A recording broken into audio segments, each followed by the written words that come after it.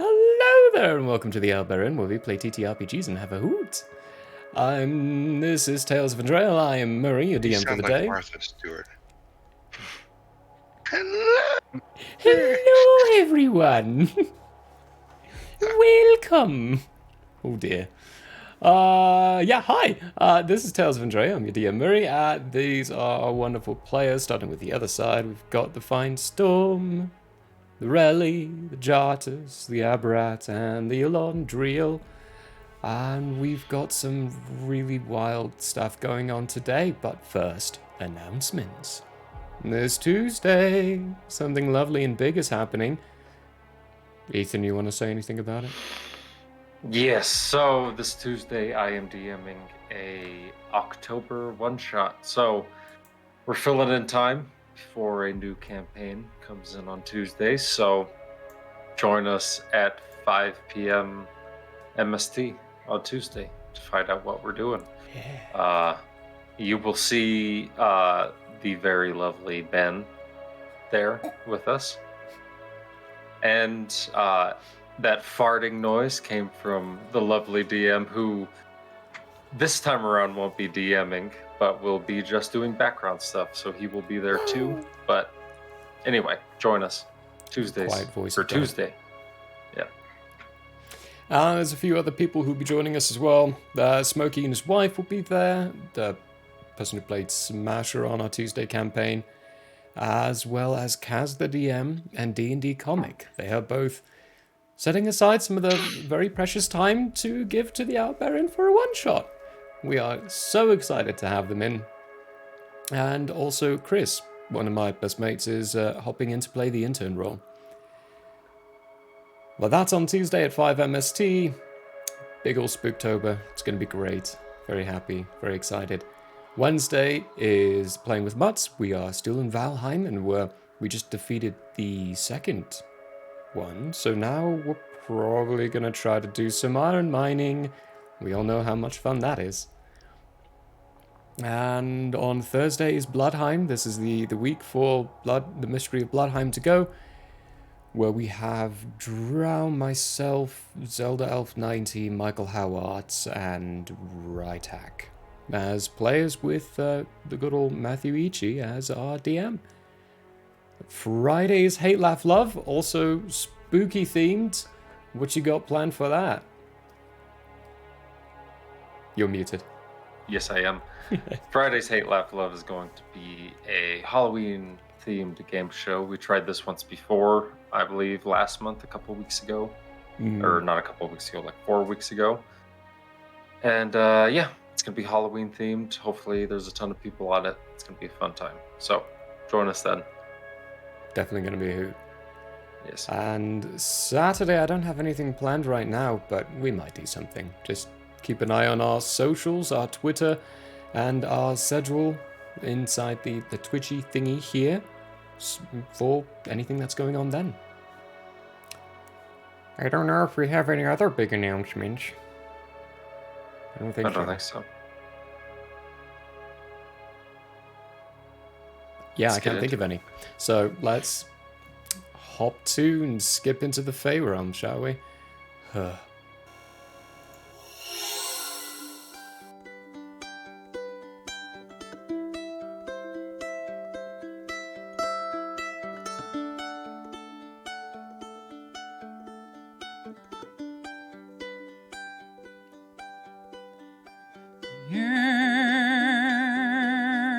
It is open, my friends.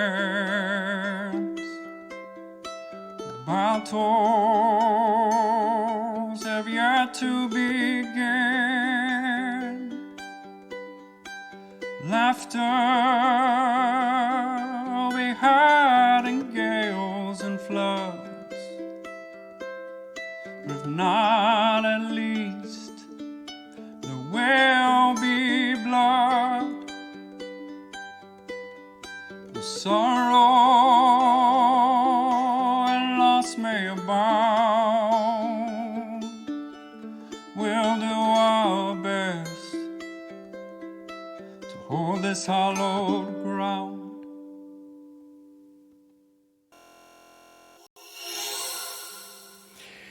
And welcome back.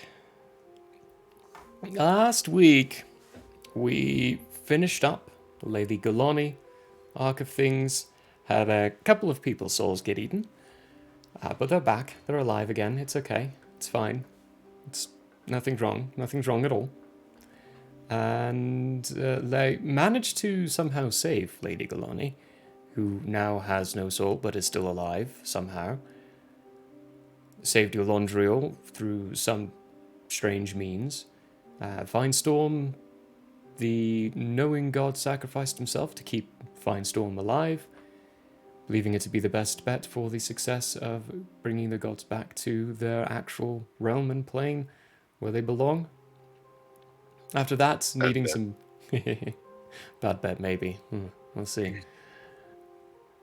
After that, though, needing some desperate respite. Desperately needing some rest.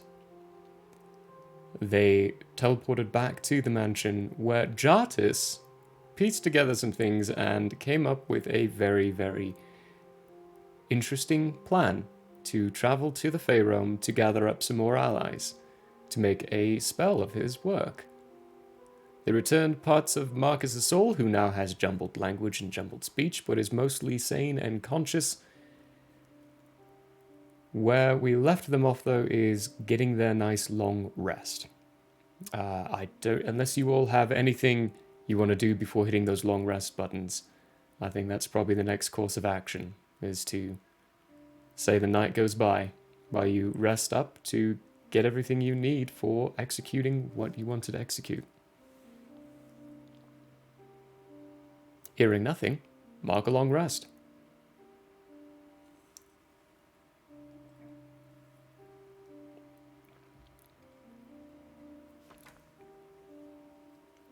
And from there, it's you.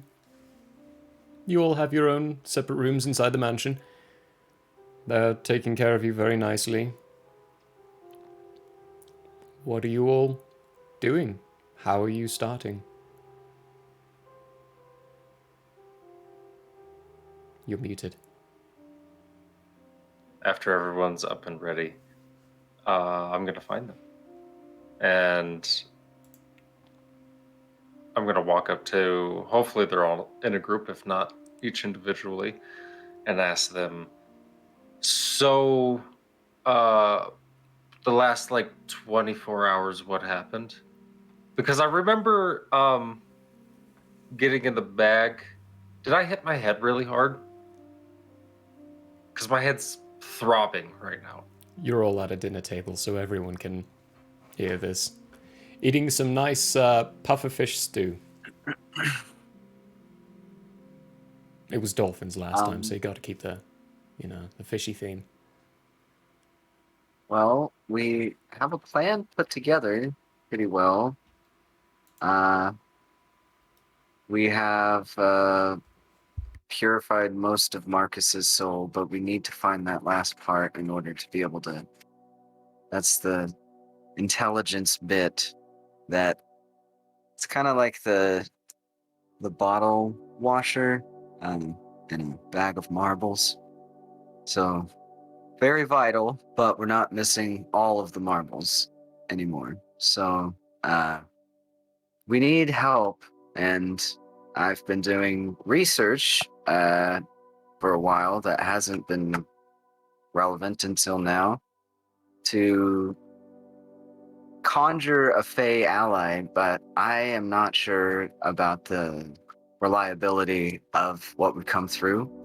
Because say if we summon a hag of fate, that could probably be a lot bigger of an issue than a lich. And that is quite possible with this spell, so we want to be able to bring somebody through who hopefully is going to help us. So that's what we're looking for right now. And the whole thing with Lady Galani, did that work out? Working out is a liberal term, I would say. I mean, I feel a little achy, but couldn't have been that bad, right? Well, You did kind of die. Just a little bit, though. Tends to happen. Post-death hangover.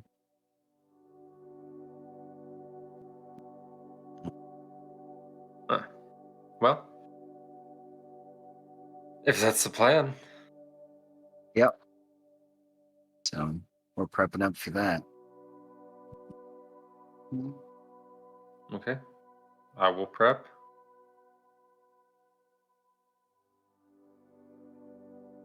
So a lot of my spells are probably going to try and bring emphasis on protection. I don't know if you have anything. I don't know what to expect. I've never been to the Faerun. And we don't have much information. So, aside from brief anecdotal nothings. Yes, going in blindly. That's glorious. So just a heads up on that. I'm pretty sure I have a concussion. You guys let me go to sleep. Eleanor, who's very, stuffing food in her face, looks at him like, you didn't have a concussion, you died. Your soul was eaten. This feels like a concussion. It feels like I should really check on my mental health in my later years because of this. That's probably a how safe many guess. how many days do we have? For what? Do we have any more like of those lengthened days of rest between now and leaving? Or are we leaving like today? So you're talking about the time dilation room? Yeah. You asked about that last time and told it's a 30-day recharge rate. And it's only been 1 day since you've used it. So that's nowhere near ready yet.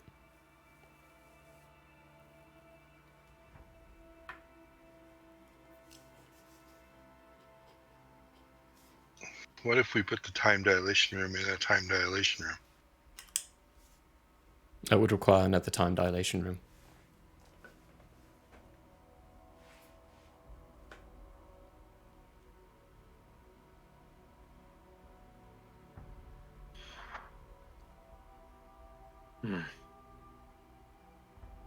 Well, I eat some food and then I like sit back like this because I literally have everything that I need on me right now. So I'm just waiting on them. Mathona looks at you and you all, after you've done eating, goes, all right, are you ready to go? I can get you over to where the portal is. Almost, well, instantaneously here. And from what I understand, Neuro is waiting for you on that side. I'm ready. What about you guys? Today is a good day to die. Again? Cool. Other than After being you. distracted, Aberrat nods. Yeah. Jardis, you're leading this particular expedition, so after you.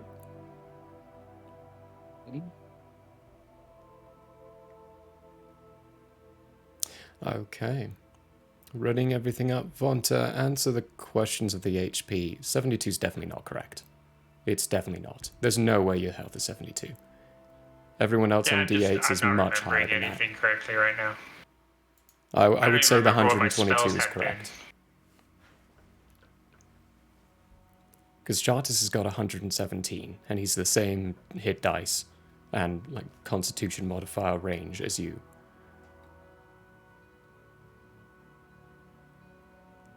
And that is a good 50 less. Yeah, I think that 122 is correct. Because last I checked, I could not power wood kill you on an instant. I had to deal some damage to you. And that requires your health to be above 100. But everything readied up. Everyone readied up. Mm-hmm. Switch this in sorry. Eleanor, for those of you with high passive insights, is quivering with excitement. It's very, very excited for what's about to happen.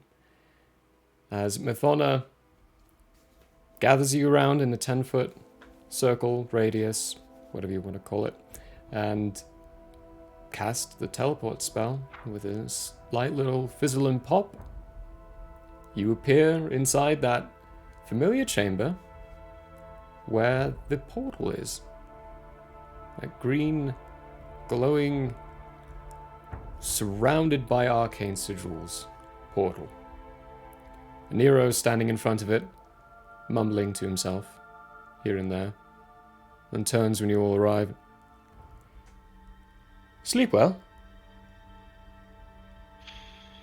Like a baby. I was up every 3 hours. Had to go to the bathroom a lot. Well, luckily for babies, they have these things called nappies. Yes. So I they was just shitting put in the it their bed. pants. Oh, I say with a big smile. Like a joking smile. Nero laughs along with you and like, oh, I'm sure Mathona's going to love that. Probably going to make Ileana actually clean it up. She won't. Anyway, enough of the poo jokes. My head hurts really bad, so let's continue, shall we, Nero? Oh, absolutely. Are you all ready? Is there anything else you need? look Maybe a back at pat everyone. on the back. He pats you on the I back. s- I give you an attaboy on the bottom. Oh no, Both of their forces make a poor strength little check. boy. Oh no. Strength check. Mm-hmm. That is not something I'm resistant to in particular. No. No. Or a strength saving throw, I should be saying. Oh, me? Yes, you. Yes. Oh, geez. 7 for me, dog. 7 for you. You Yeah. stumble forward, almost landing flat on your face. Oh But my god. the force of both of them just patting you on the back sends you a little scrolling forward a little bit. And Ileana, who's now impatiently tapping the sides of her legs, looks around. Well, should we? Shall we? Yes, please? We're going? Sure. Brilliant. Nero, do you have that? Yes, I've got it right here. He pulls out this small, mundane object. It looks mundane in many ways. Good. Piece of home. We'll probably be able to get back with a piece of home. Bit easier? Maybe. I don't know. Just a fair warning. Before we go through, Oh. I don't know how to get back. And Awesome. It's going to Awesome. We have hopefully be solved. a spell to locate the things, but where we go in is not going to be necessarily where the portal back is. Which means when we go in, I'm going to be immediately leaving while you all go do whatever it is you're doing to find our way back. It may take some time, who knows? We'll find out. I'm gonna lean down to Relly and I'm gonna say, I think it's really convenient that all these people that help us have like a really good excuse every time, like to leave and not help us on our mission. You know? Don't you think it's a little odd That's pretty every time? fucking convenient. However, I think it might be in our best interests for someone to split up and recluse, as it were. No, I'm not saying the reasoning is wrong. I'm just saying it's very convenient. It, You know? it strikes It's me as almost odd, like- that's for sure. It's almost like there's a plan somebody has. I don't know. Pretty fucking weird. That is true. Yeah, Lundry, roll a percentile die for me. Oh, Jesus. Alright. I poked the dragon, folks. Let's go.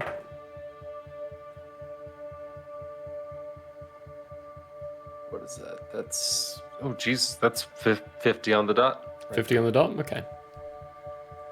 Nothing happens. there. Anyway. Anywho's. Boom. I have a bit of a hunch. Do Hunches you are have good. how many of those crystal balls do you have on hand? You think we could spare one for the trip? I'm thinking maybe a scrying might be a not a bad idea to bring with. You need to know the target that you're scrying, or at least have something of them. Do you know anyone in the Fey realm? Or have anything of the Fey to scry on? Get to know somebody that we're looking for, maybe. I don't know. All I know is I can't come back and prepare for a situation.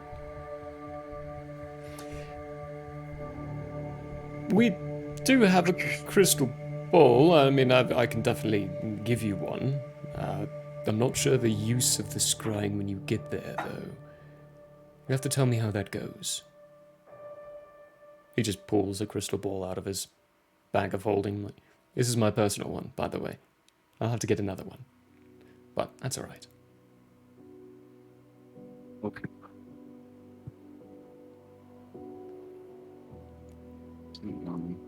Add that? Add that to your inventory. You got yourself a nice little crystal ball. Right. Well, as lovely as the chit-chat is, if there's nothing else we need, then we should probably be going through, yes? Yes. Magnificent. Skip. Good. Wonderful. She moves forward a little excitedly.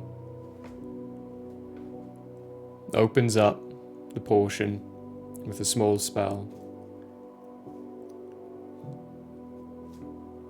You'll need to go in first. I need to be the last one. Jardis, after you. Ready. I'll walk on through and hopefully stay in one piece. Follow behind. This is the secret end. Secret end to the consequences. Phase out. You're all dead. We're all new characters. We get spaghettified because this is actually a black hole. This is what you get for not thinking things through. Oh, you guys actually thought this one really well through. As you all walk through, it is almost as if you're entering a tunnel at first. Everything starts to kind of warp around you, elongate, move. You can feel yourself moving, but the legs aren't stepping, or your feet aren't stepping on solid substance. If any of you look behind, the image behind starts to fade and get washed away. As you are surrounded by this green light, which then itself begins to fade and get washed away, to the very forested region. It looks to be dusk or twilight, one of those two. The sun is not visible, but coming across up from this mountain range in the distance. The trees around you are magnificent. I'm just laughing a little bit because the colors you all see are very vibrant, much more vibrant. Mhm. The greens are greener, browns are browner. You have this over-passionate feeling of beauty around you. And whatever feeling you're feeling, it is amplified. It is to an extreme, to a point you've never felt these feelings before the way you are now. Soft little lights dancing around just here and there, disappearing out of sight and then never reappearing again. Everything's well lit. There are shadows from the sun setting or rising, whatever it is. And lush greenery all around you. I'm gonna go. This headache just got worse. How is that possible? I mean, everything's beautiful, but ow. I am overwhelmed with your sense of excitement and joy. I love this place. Already. I have a mission. I have a goal. Right. You all have luck. Good luck. Yes, I have it as well, and by all means, in finding whatever it is you're looking for. I'm gonna go look for the portal. And she just flies off. Above the tree canopy and completely away. I'm just gonna go. All right, Jardis, what's the plan now?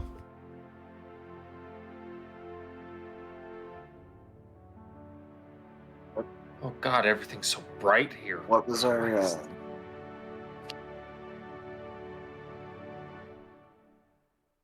I'm trying Yeah, to what was remember our? what I say. Excalibur said last week. I don't remember. With the traveling too, I don't think we really established a big thought out plan so much as a possibility. But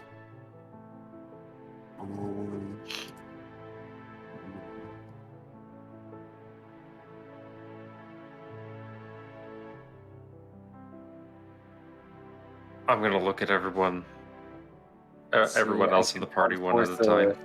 Face spirit like- and ask for help. Good idea. Then I'm going to turn back and say, you guys didn't come up with a plan? Nobody else had input on this, I say, talking to the three of them. I don't remember what happened, so.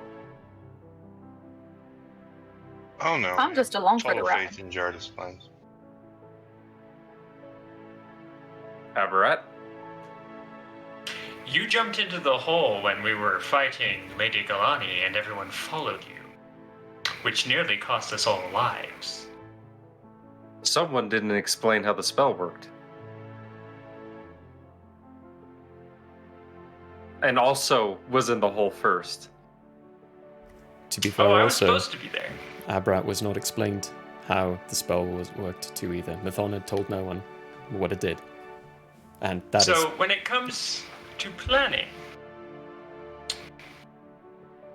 this one has been left to Jartis.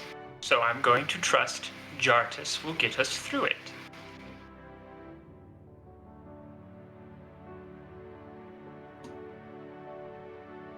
Okay. Jardis? But if he doesn't, we leave him here. Well, we all have to figure out a way to get out of here together. I don't think there's no leaving anybody unless you know a way out of here. I think it's best to find a way forward.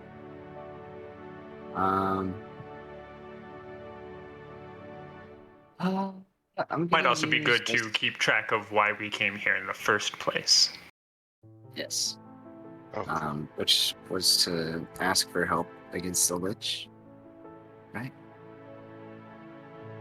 So, From whom?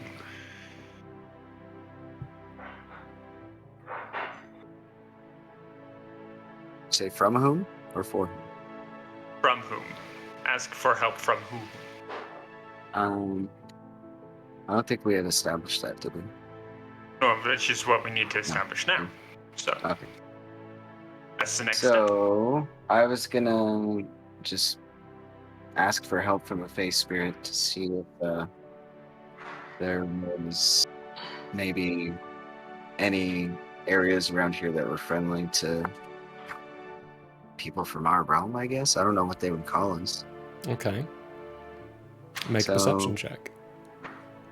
Okay.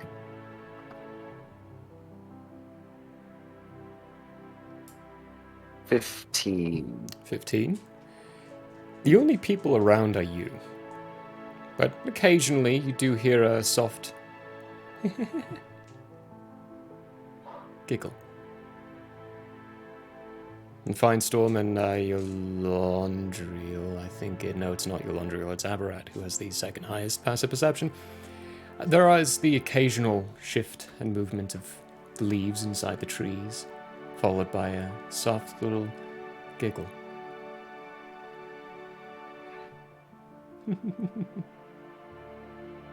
I cast Fairy Fire, so it would illuminate visible objects as well, right?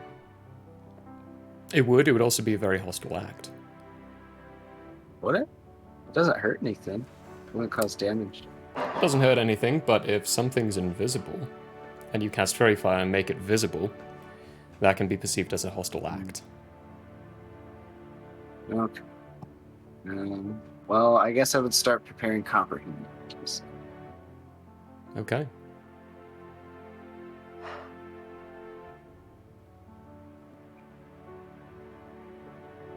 And everyone else, what is everyone else doing? Nothing's happening until you guys do something. And I'm just standing there like. Does magic work, like our magic work regularly here? What's the deal? I don't understand this place. It's working right now, right? With the comprehend languages.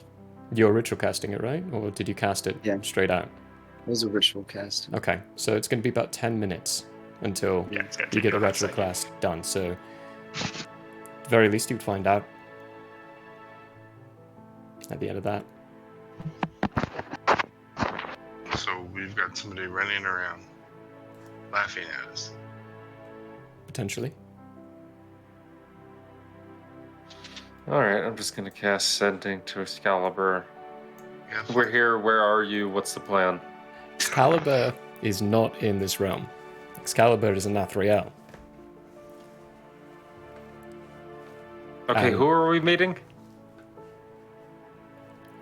We didn't establish that part. I'm gonna walk 20 feet away from the party and sit down next to a tree, and that is what I'm doing until Roll a a d4, plan is made. Yolandriel.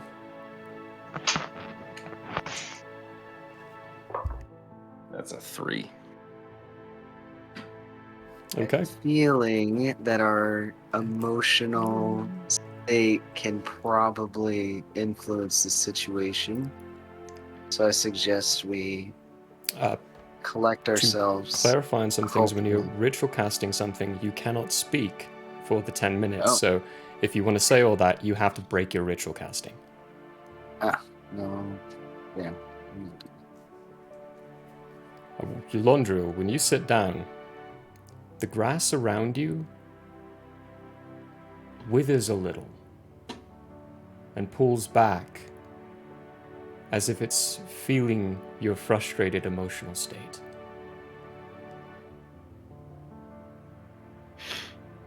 I sit back and I wait for the group to come up with a plan. And Finestorm, when you look at him, and Rally, any one of you, when you look at him, there is a strange darkness around him. Not hostile or anything, just very clearly something to do with this area is making your emotions visible to a degree. Yay. I'm gonna kind of like square my shoulders and kind of squint a little bit, and then walk over and sit down a couple feet away on like a nice patch of moss, like a nice cushiony patch of moss, and just kind of check in. Hey, bud, you doing all right? You did just die. Just a little check-in. Oh, I'm perfectly fine. I mean, I it sure say, doesn't seem with like this it. like tight lip, like I mean, I may be reading into it, but if you look around, the plants and all seem to be responding to your general disease at this moment. A couple of daisies start sprouting around where Rally is sitting down. Oh, And a few of those lovely little lights start just hovering ever so closely. I begin to pick the daisies and make a daisy chain. we have like a month until all the gods die, and we're currently stuck in another realm. Mm-hmm.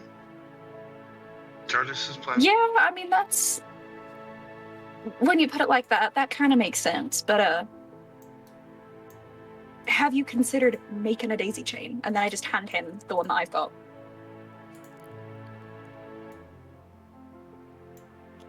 I'm gonna set it down on the ground.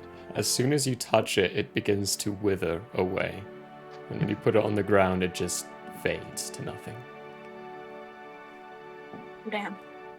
I mean, shit's fucked. You know, for lack of a better term, shit is absolutely catastrophically, cataclysmically fucked. But, like, why not have a good time while you can? Because I've done this 17 times before.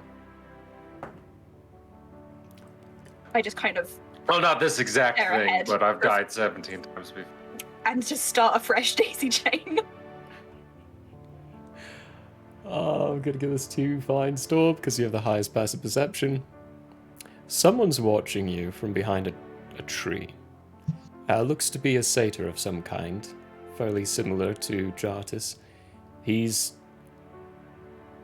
from your insight, terrified of the looks of you all.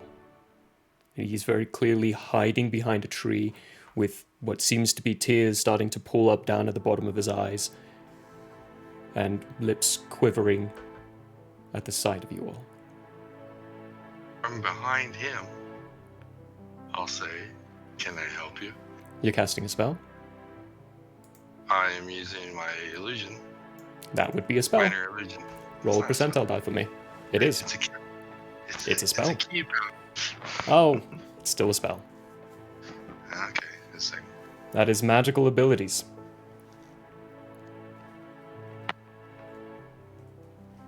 Hot 8. Hot 8.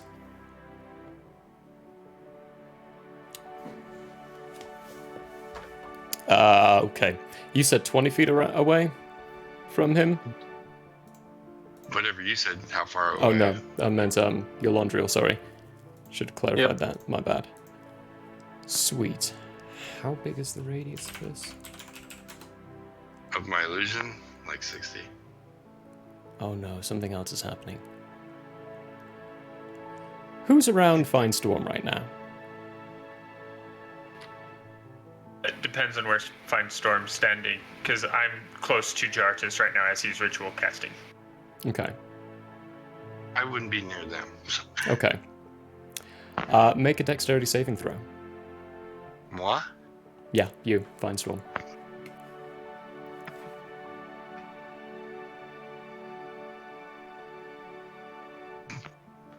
Well, let's see here. It'd be a 28.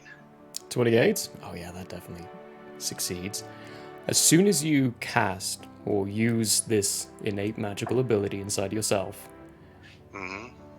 and say those words, his eyes widen even further and he goes, launches out his hand. At this point, you all see him standing there now as he's reaching out towards Finestorm as Finestorm's area explodes in a large fireball, with Finestorm just jumping out, your instincts and the alert feet giving you enough time to get out of the radius of it. You've got evasion, so half damage is no damage for you. Yep. It looks like using magic has some very adverse effects. And this effect made the region around you explode. We're not going to do that again. But yet Jartis is casting a spell. Yep. And the Satyr runs from out behind him like, clearly you guys don't know what you're doing. I'm so sorry. I should have probably just actually told you not to use. Just don't. Can you please stop him? Just, or just, try to make sure he's not near anything fragile. Jartis, I think you need to stop your spell. Or, no one else standing near him. 60 feet, clear radius, 60 feet. Will he Yeah, die? I can stop. Oh, he could die. I mean, that Okay, would have go killed on. me. Keep going, Jartis.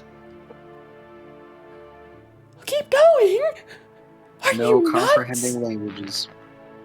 You know how many times we've died? No! I don't even know who you are! You just appeared out of nowhere, and I what do you want? You don't want my feet, do you? What is... Oh, no. We're looking for help. Oh, me too. Welcome to the club. I know you don't know us, and this is asking a lot, but do you know anybody who helps people from the mortal realm? Oh, plenty of people from the mortal realm, but I mean,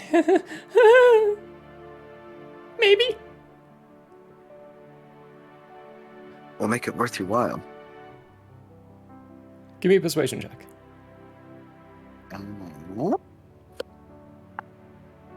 We got a +8 on that.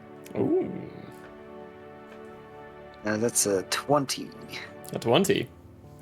The grass around him, which you see is quite dry and yellow, begins to change a little bit to a bit more of a greenish hue and more lively and alive.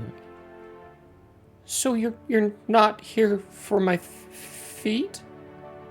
No. Oh, God. Oh, that is would we such be a here for your relief. Oh, so many people want my feet. I don't know why. They taste good? We're not poachers. They don't taste good. Why would they taste good? Have you ever tasted satyr feet? No, I don't Tater think I tots. have. What? He It's a begins to joke. back away. A little bit of spice. Is this guy gonna help us? We Who's brought that? the satyr with us. He's not a satyr. Who He's is too he? short. He's different. What is that? This, He's by the the way, runt of the litter. this satyr is He stands around 5'6" or so. He's got these tiny little horns that are protruding out the top of his head. He looks vaguely, from what you've seen and what you know of the satyrs of this realm, he's very much aligned with the shape and sizes and looks of what Excalibur was. Much taller, much different looking, and much more green. Well, he's actually quite yellow, because he's terrified right now.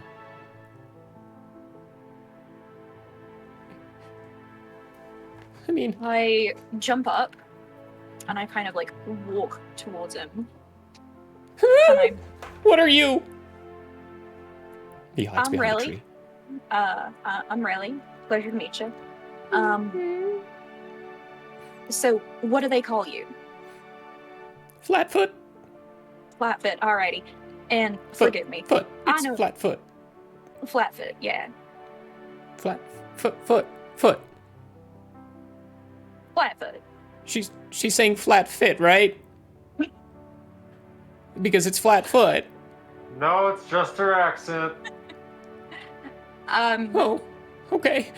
So forgive me. I know nothing about this place, but from what I was understanding, this was more of a magical place. So why is magic making things explode? Well, I mean, sometimes, unless you really know how to do it correctly, some outlanders, they have difficulty with it's a realm thing. Do you know someone who can teach us how to do Fey magic correctly? Maybe.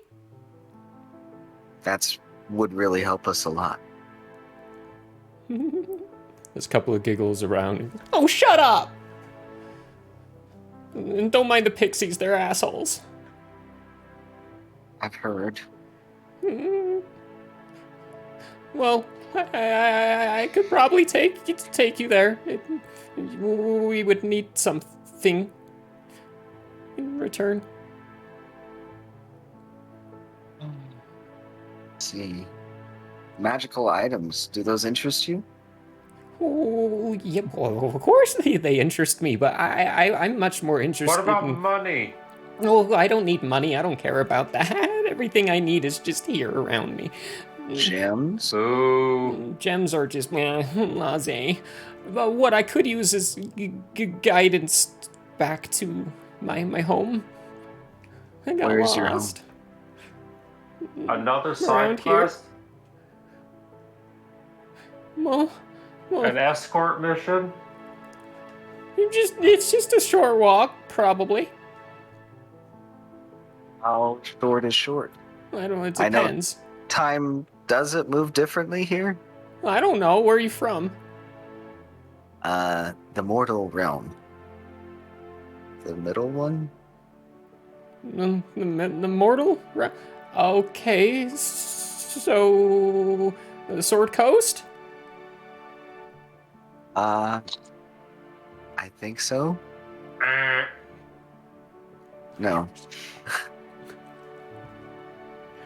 I'm not the one to answer this. Oh, You should ask the so you salty think fellow in the so? corner You're over there. wrong. You're not from Sword Coast.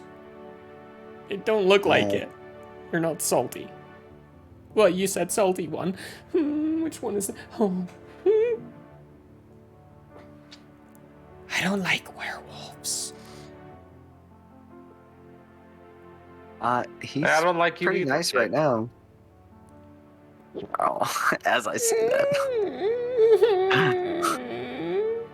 Listen, does it really matter where we're from? We're from a mortal place, and we need help getting back, and we need some help defeating a lich.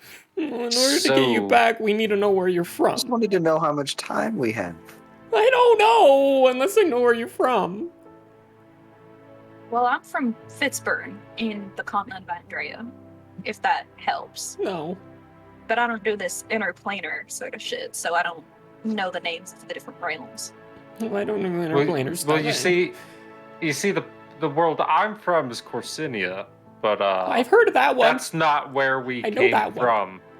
And to be honest with you,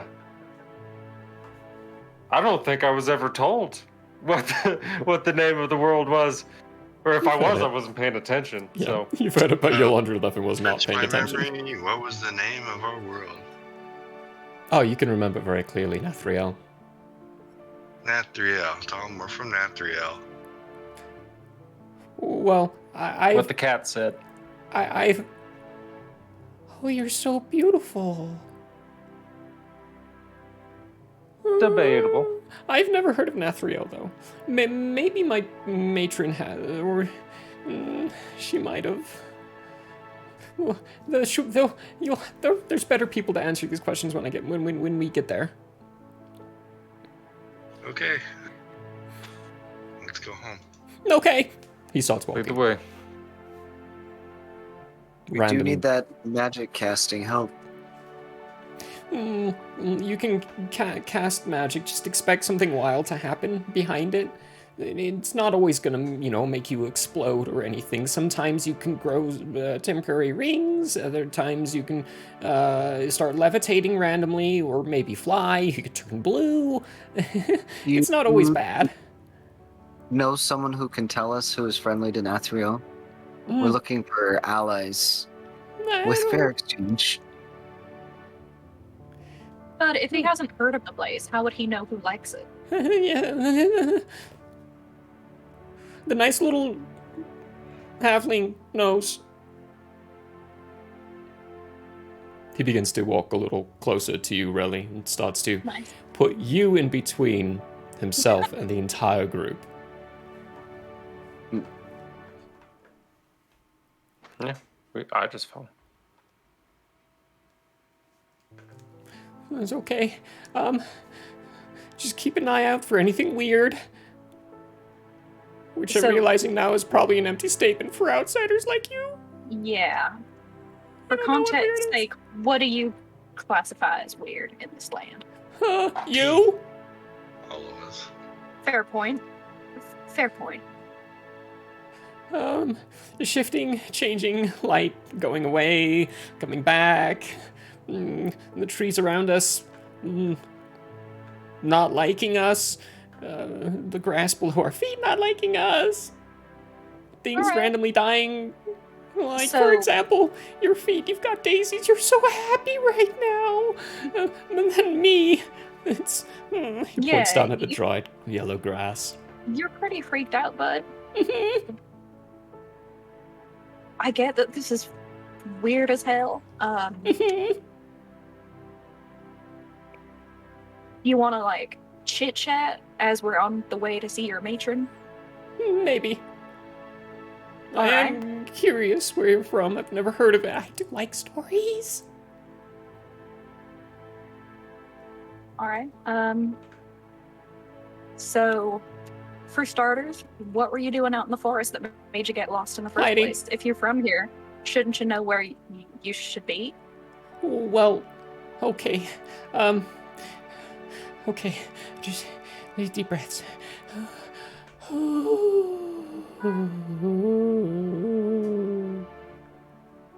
Alright, so moving around here is not entirely accurate or, precise to things. When they say move into the sunset, they say move into the sunset. It's perpetual, it never changes. It doesn't rise here, it doesn't set here, it doesn't go to the middle of the sky, it's always where it's at.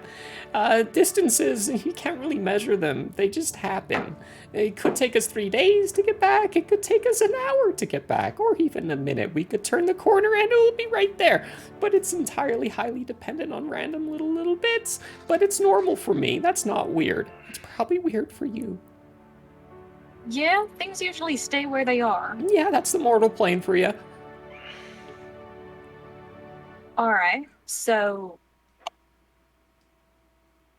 how does anyone ever find them?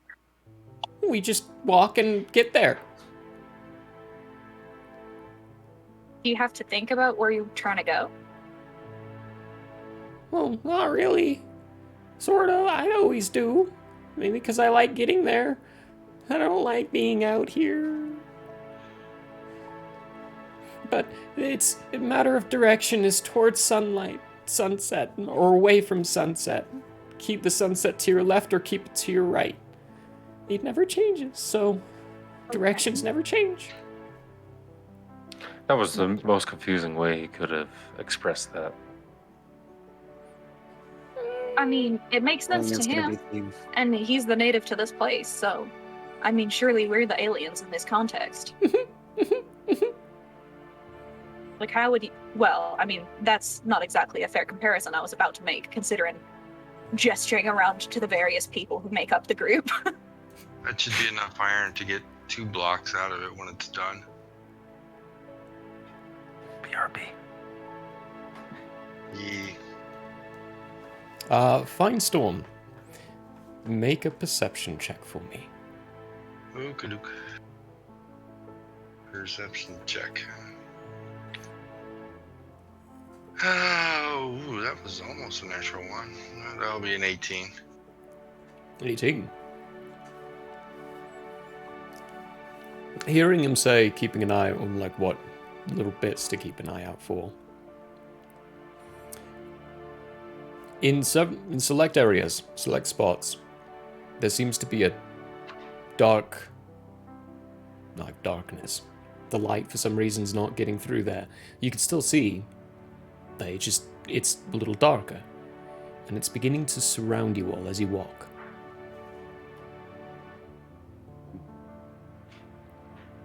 And he continues on, going, like the shift of things. So, well, one thing is I'm always scared. This is just perpetual for me. But it's my norm, right? It's what I'm used to. There's Handor though. He's always happy. He's a really nice presence. You'll meet him when we get there. And then our one wonderful leader. She's so magnificent. Such a calming presence. I was supposed to find some help for her, but maybe, oh! Maybe this is a blessing in disguise. Help for what? I think we're about to find out. While he says that, Darkness is creeping in. Abrat leans over, and darkness is creeping in. Abrat leans over to your Landriel and says, "You know, I'm a few moments away from casting deafness on myself. This guy has the most annoying voice." Me too, please.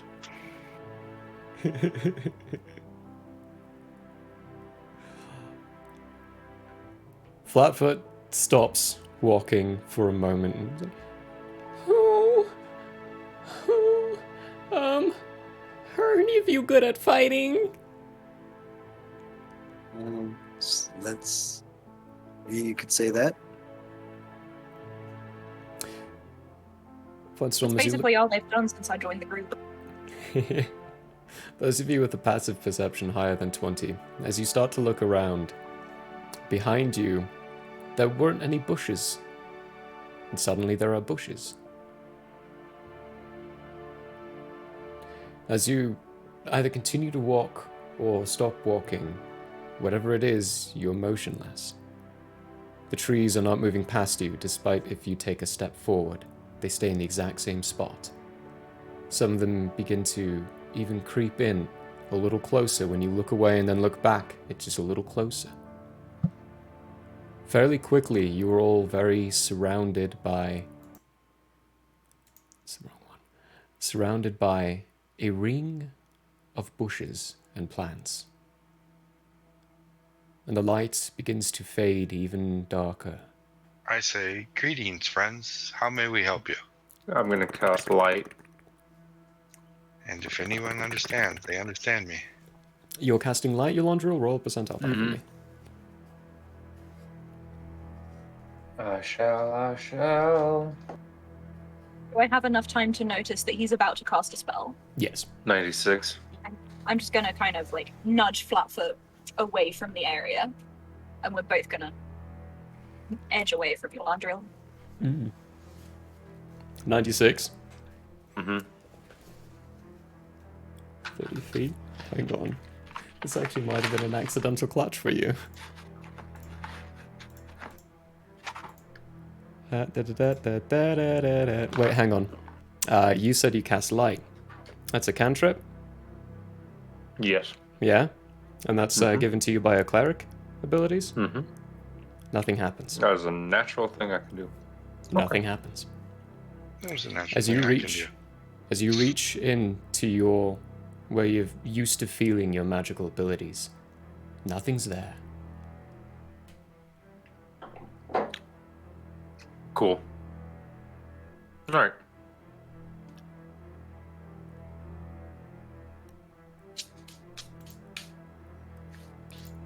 I'm gonna move you to something here, and something you also realize as this darkness is creeping in. Elandriel, Firestorm, and Aberrat in particular. Even though you have exceptional eyesight, you can only see with 30 feet away. Including my side? Cool. Including your sight. That's another little fun thing as well with you.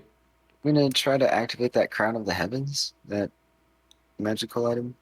Magical item? Have Yeah, it you can attuned. activate it. And so if the orbs are orbiting the crown, do they emit light? Does it say they do?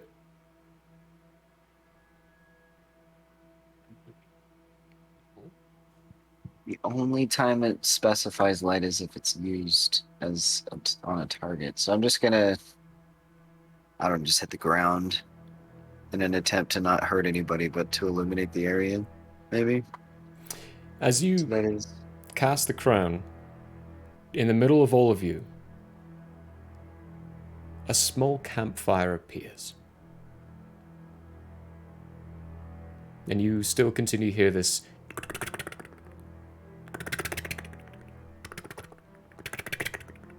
things running around outside of this bush line, along with these Ooh.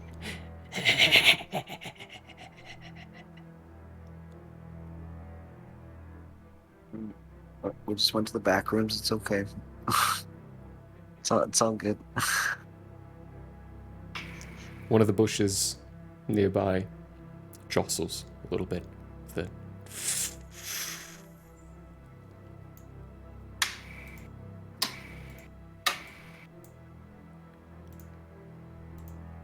Does anyone have I'm- Let me any? help you. I'm gonna go ahead and grab my Bard's Lyre of fuckery, misfortune, whatever it is. Fuckery works as well. I can never remember the name of this item. My magical special lyre, and I'm just gonna start like plucking at it because I am nervous. One of the bushes shakes a little more aggressively near you, Relly. And Flatfoot, who's by you, just goes, nope! Turns invisible. As this small face, very small, about the size of a crab apple maybe, comes peering through this bush with this large, greyed, bushy mustache, small goatee on it, and this very big and pointed red hat that is definitely Gnomes. taller and bigger than him. Garden gnomes. And he smiles and you see this crooked, broken, yellowed teeth. And then this very large sickle start getting lifted outside of the bush.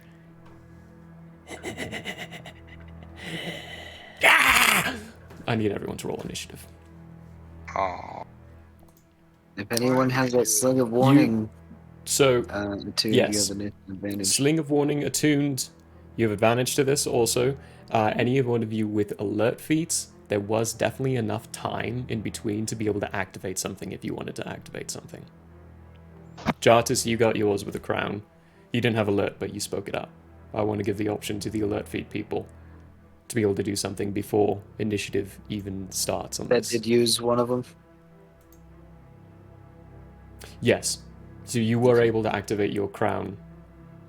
And no side effects Okay. from the magic being used and activated. I have a 22 on initiative. Ooh, hold it until I ask for it, Oh, please. shit. Okay. Thank you. Thank you, though. I am definitely not ready for it.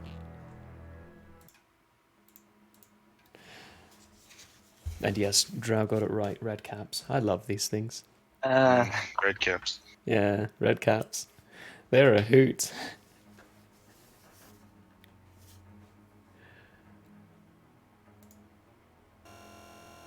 Right, over to this.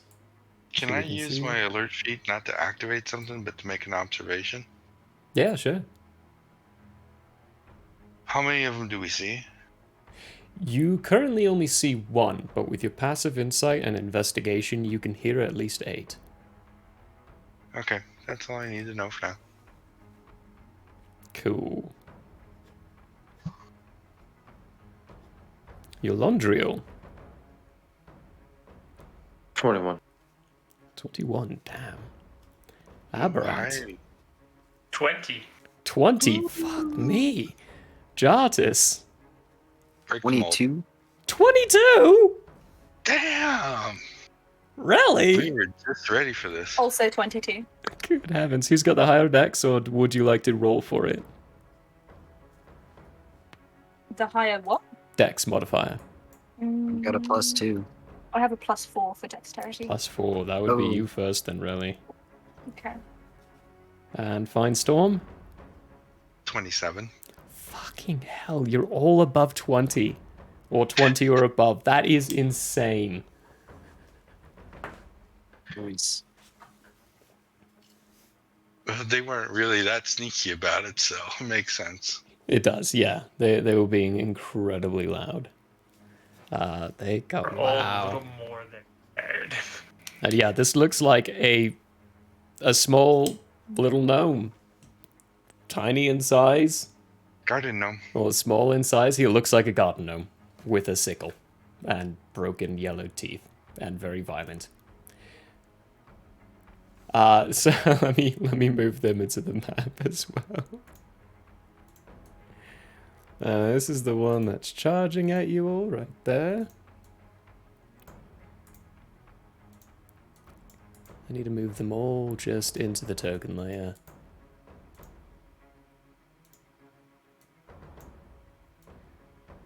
So yeah, beginning to come through.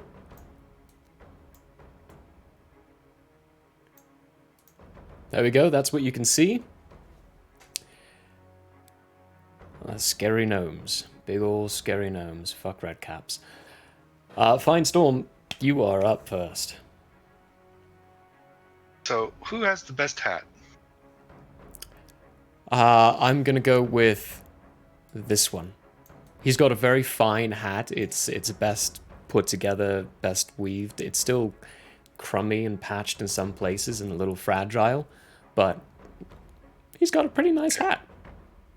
I'm going to go up. I am going to take the hat off of him and put it on my head and say, I'm the leader now. Okay, give me a sleight of hand check. This would be your action to do. Oh my gosh.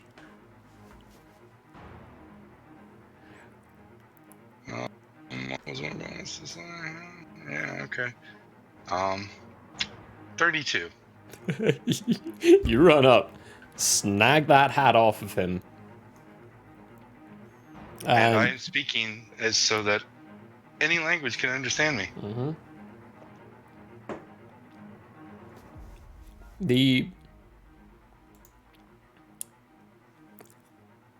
fairly slimmed head and very massively widow-peaked look of hairline is revealed of this strange being as he looks over at you. The rest of you just hear a series of but Fine Storm, you hear, "You're never gonna be our leader." I wear the hat. They all wear hats. But I wear this hat. You do. Congratulations, you're wearing a red cap. So, attack them. What are you waiting for? We want to attack them? No, I told them to attack you. Jeez. Okay, I'm just seeing how You know what? confused you can get them all. I love this. I love this. It's confusing me too. Go ahead and give me a deception check. Oh, jeez. This is where the dice will fail. I'm gonna give you an advantage because I love this so much. Oh, advantage. Okay, Yeah. that's an 11. And that's a 13. So I think 13 stands. 13 stands. He stops, raises his sickle, looks at everyone and goes, "What?" He's confused as heck. You disobey me? He is. He's like, "You're not my leader." Essentially, you're starting to get into an argument with this one, while the other one's. It's not high enough to affect the other three around him, but he's definitely losing his turn. He is confused. God, I did not think of that. That's fun. I love it. And you can add a red cap to your inventory, because why not? Yeah, why not? Anything else with your bonus action?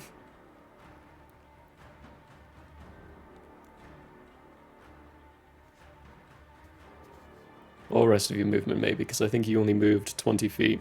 So you've still got like 40. Movement, it doesn't matter. Yeah.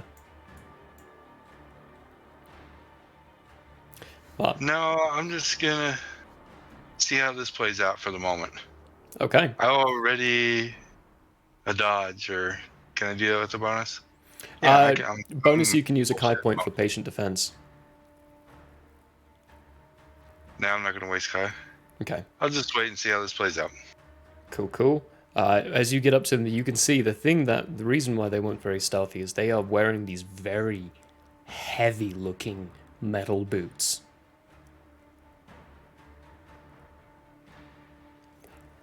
After your turn is Relly. Jartus, you're on deck. So the one who was going to be lunging at me, did he succeed in lunging at me? No. That was just the introduction flavor of the combat. Cool. It was just some spice. Yeah. Love a Let's little see. spice. You can tell Flatfoot is still next to you. He's just invisible. Okay, because he is frightened, as he has admitted. Mm. I am going to go ahead and pull out my dagger of returning, just for funsies, my dagger of returning, and I will just kind of spin around to face the edges of the darkness, have the campfire at my back. Actually, no. I'm actually going to move over here, and I'm going to start attacking this bloke, this little chappy chap. A little chappy chap. Go for it. Yeah, that little chappy chap. And so that is going to be dagger of fuck off. This one. That bad boy is going to be a 7. Oh wait, no, that's. I'm so sorry. I'm an idiot. You're right. Gotta roll So the that hit is going to first. be an 11. Does an 11 hit? An 11 to hit. So he is. Oh, what's confusion do? It's not actually disabilitated. He's still going to react to things. He's just confused. No. So 11 does not hit. That is a miss. Okay. Then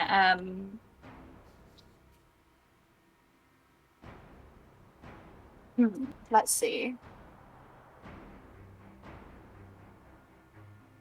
Can I cast Bardic Inspiration on someone? Or would that have a weird side effect going on? You've no idea. You can certainly try. I have the urge to cast Bardic Inspiration on someone. Let's go with Aberrat. Giving Aberrat some Bardic Inspiration. How do you give him some Bardic Inspiration?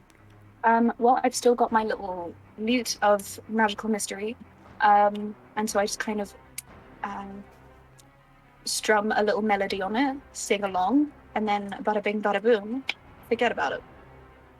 Perfect. That is an innate ability. It's not actually using spell from, if I understand Bardic Inspiration correctly. There's nothing spelly about it. It's just inspiration. Sick.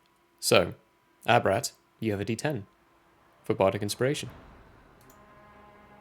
Someone feel free to correct me if I'm wrong, but that's how I understand Bardic Inspiration. So, Nothing wibbly wobbly or wacky happens.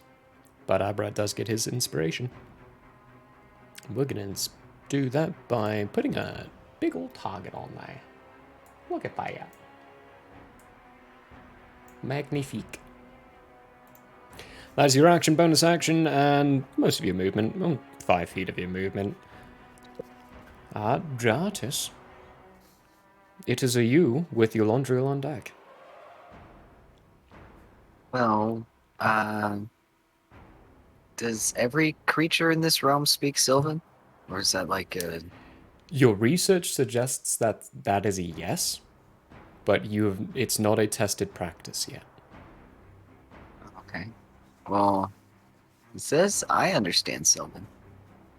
In which case, Um, wait, is that part of one of your languages? It is. It's one of your languages. You do speak and understand I Sylvan. don't know if I can understand the gnomes at all. Oh shoot! Yeah, What so they're you saying. can. Yeah, you absolutely can. Okay. Okay, yeah, you absolutely can. So- That's good to know. Does anyone else speak Sylvan? Detecting some non-hostility among the language that they're, because it seems like they're not stabbing us in the eye yet. I'm gonna give you a free insight check for this. Free insight. Give me an insight check.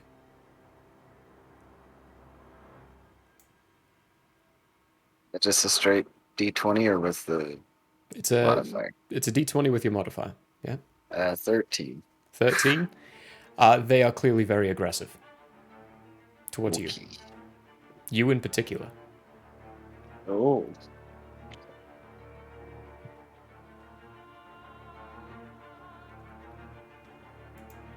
Hmm.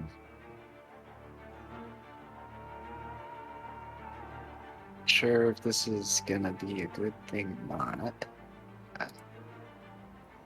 But I am gonna become a giant eagle. Can that happen? It sure can. So that's I don't know, because that might be too magical. Let's see. Because you Expand. can magically assume the shape of a beast. It is magic. So you're gonna need to roll a percentile die for me.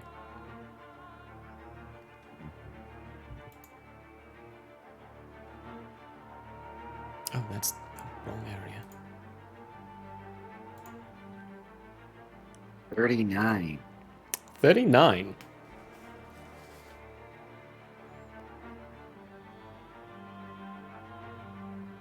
You feel rejuvenated as you turn into a giant eagle. If you had been injured, you would have gained 2d10 of hit points, but you're not missing any HP, so you just feel more lifelike than you were. Well, I'm gonna give everyone a little wave with the wing or something, and we'll, because no one's too heavy that we can't get everybody on. You can fit 2 people, max, 2 people. on a giant eagle. I could give a giant eagle stare to Aberrant. If he is nearby enough to see my giant eagle stare. He is. You've all been traveling well enough with each other. I'm not going to make you do an insight to understand what he's doing. And I have a high enough perception, I'm pretty sure I Yeah. saw. Yeah.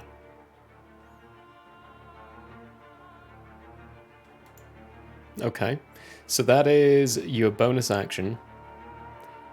You do still have movement and an action left.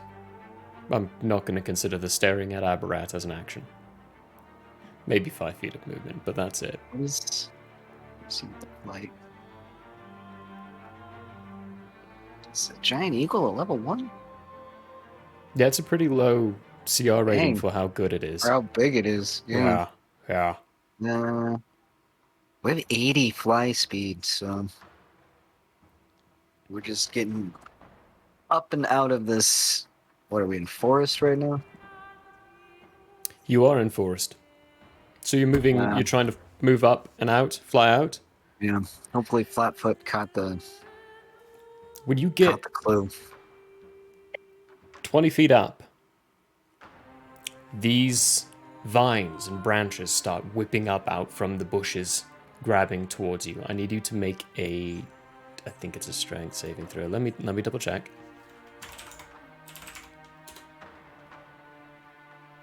Mhm.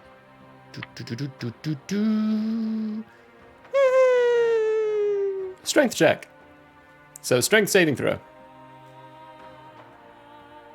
A 5. That is a fail. These vines wrap up around and wrap around your wings, pulling you back down towards the ground. You, for the duration, are restrained while you are inside these plants. Very clearly, the forest does not want you to leave.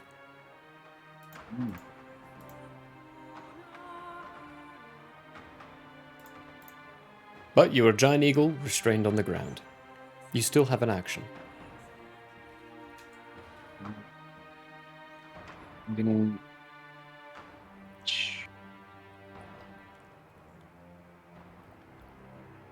I still have an action. Could I use that multi attack? You can. And Alright, we're gonna use our talons. because Some you are slashing damage. now within 5 feet. Let me just double check restrained. Bonus and attack rolls. If that's possible. This is a disadvantage attack roll, seeing as you are restrained. Okay.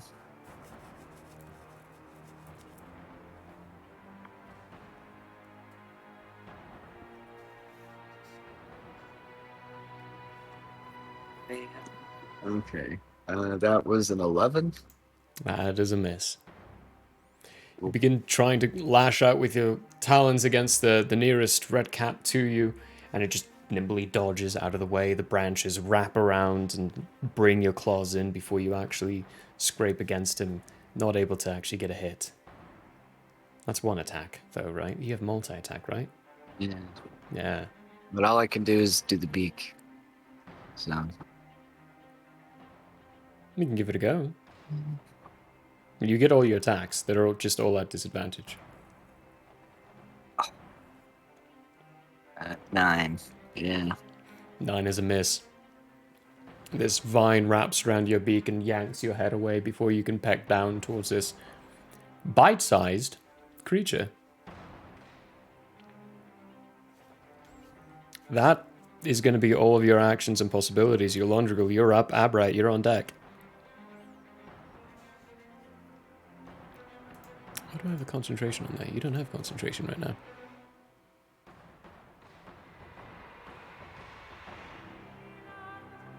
You are muted, sir. I'm double checking a couple things real quick, Okay. making sure that. I'm going to give you an insight check, though, quickly, beforehand, because you did cast a spell beforehand, so there's a chance you'd realize something.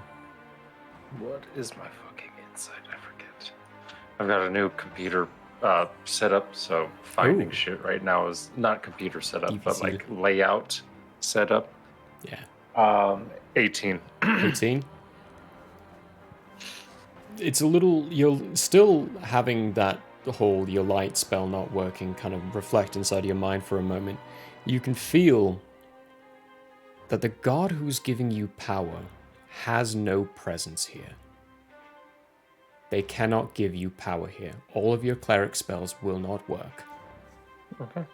Innate abilities from being an ASMR, those will still work. But your cleric spells have no effect because the person who gives you the ability to do that has no presence here.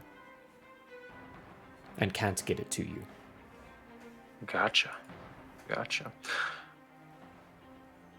Good luck, guys. I'm gonna turn into a werewolf and Bonus action find wolf out exactly how hard and pointy these guys' hats are. As soon as you turn into a werewolf, you could still see where Flatfoot is because the grass around him is just withered and dead and dried. He just gives out this and you hear a as he falls on the ground and begins to just openly wail. Okay, I'm going to turn like this. And I'm going to go 5, 10, 15, 20. Cool. Right up to that guy. And now, how tall are these gnomes? Bigger. Oh, they're like Are they like like a this foot big? and a half. They're like a foot and a half tall. They're Foot and a half? they're Oh, they're decently even tall. smaller than I am. They're really small. With the tip of the hat might be up to where you are, really. But these are small Okay. little dudes. And they all look fairly similar with a big old bushy grey beards and small little goatee on it and broken yellow teeth. Using both my attack actions, I'm going to proceed to rip the head off of this gnome. I'm going to pick him up and just rip him like that. Okay. So that's a grapple and then probably Yeah. a strength, I'm guessing. That's so. Yeah, it's a grapple, and it's going to be an attack roll. So just basically roll a d20, add your attack modifier without the weapon, keep in mind. Because this is just an attack without your weapon. So an attack Oh my without my God. weapon, that's a 22 to hit. Sweetie got a 6. You grappled him. So the next one Is a strength? as a strength. Yeah. Okay. Yeah. Hold on. And I don't get any bonuses from where the strength, do I? I forget. You do. Yeah, you've got plus. It's plus Oh, yeah. 4 to the overall score, so your modifier should be plus 2 higher. Plus 2 higher, so So if your modifier is 3 in wolf form, your modifier would be 5. okay. So my modifier is 7. Cool. Beautiful. And disgusting. And disgusting. 17 strength. 17. You begin to pull, and you hear him go, and then they you just you just straightened his back out. You did do. Go ahead and roll just a d4 and add your strength modifier.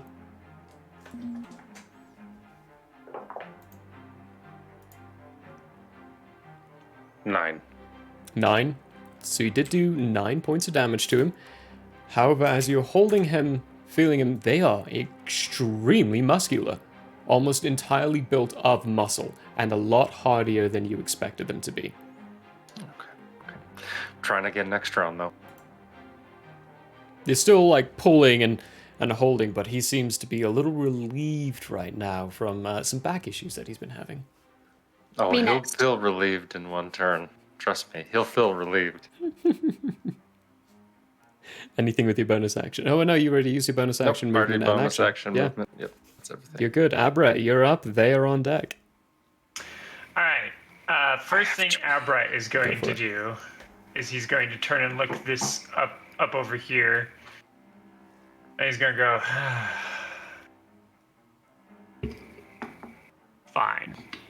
I'm casting Misty Step. Okay, roll a percentile die for me first.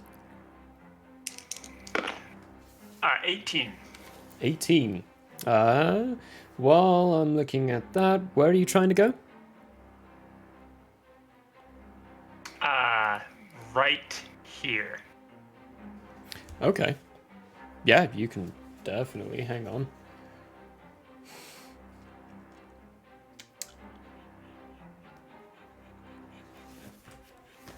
Okay, so you Misty Step right there. And Firestorm and Rally, as soon as Abrat reappears, there is this beautiful mane of feathers at the bottom of his face, just grown like a beard. And they It's are going to get weird. feathers. Others? Not Feathers. mushrooms. Not mushrooms. Feathers. Feathers. Eh. He has It's gonna grown get a weird, though. large beard of feathers. It's That's about to get Misty really Step. weird. That is a leveled spell, a bonus action, if I remember correctly. Yes. Or is it an action? Okay, cool. You still have your action. Yeah, that is a And- leveled spell though, so has to be Yeah, cantrip no, or I'm less. not doing a spell with my action. Perfect. My action is going to be symbiotic entity. Oh, sweet. Okay, so explain to us what that does again. Symbiotic entity is I use my wild shape, so that might be me initiating magic It is. to awaken the spores that infuse me, and I gain 4d temporary HP. Okay. My halo of damage spores, or my spores for my halo of spores damage is doubled, and I Cool. deal an additional 1d6 whenever I do melee attacks. Brilliant. That is the wild shape, so it is another magical ability. I will need another percentile die roll from you. 32. 32. And Oh, I'll tell you what it okay. looks like because of that beard that he got from teleporting. After we find out what this does. Firestorm and Rally, Abrat disappears. Abrat. Well, never mind then. I guess I won't tell you what it looks like. No, Abrat, you find yourself standing in the same spot. No, you're not. You're not. Hang on. Let me read the. Hang reread on, that he word. says. You find yourself hovering in a misty environment. Something you've never seen before, out where when you look around, there are sparkling little dots off in the distance. Occasionally you can see a celestial body just floating by. You are in the astral plane. But you don't know it's the astral plane, that's player knowledge. You're in it until the end of your next turn. Astral plane. Astral plane. There is nothing else you can do with your turn. No. Also, by the way, the green aura of Halo of Spores should always be around Aberrat. Because that's always there. Yes, but it's only active if you activate it, right? No, it's always active. It's now doubled when I do my symbiotic entity. That's right, you're a high enough level to where it's always active. I forgot about that, thank you. Okay. Abrat's gone. For now. I love wild magic, what the hell? It's their turn. This one is going to run up to this side, this one's going to run up there, and this one's going to run up here. This one runs there, this one runs there, and this one runs there. So there's two that are not doing this. This one here. Oh, you cannot see that. For some reason. Why? There we go. And this, well, one of these two. No, this one. This one. But I need Firestorm, Relly, Jartis, and Yolandriel to give me dexterity saving throws. Jartis, you're making 2. Because 2 of them are doing this to you.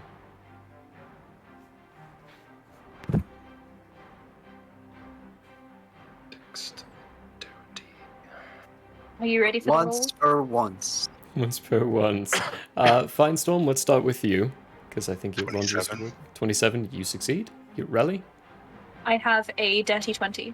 Dirty 20, you succeed. Jartis, 17 and 19. you succeed on both. Yolandriel. Oh, that's going to be a 7 from 7, that is a failure. So for all of you, you see these little tiny things with these big old heavy metal boots run up to you and try to kick the shit out of you. But you dodge out of the way. Yolandriel, you don't. You are immediately knocked prone and take 3d10 of damage. Ouch.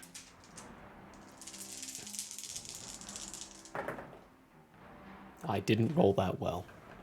I haven't been rolling well all day, but it's been great. That's 14 bludgeoning damage to you, as this thing kicks the shit out of you. Alright.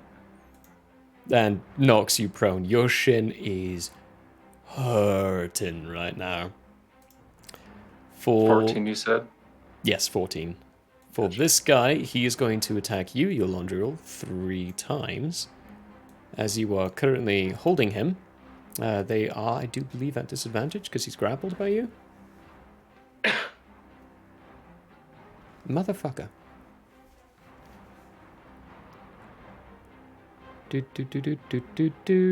Grappling capacity, or is it just movement? I think it's just movement. It's just movement. Okay, so he's attack you 3 times, and this one is going to attack you, Relly, 3 times. Punk.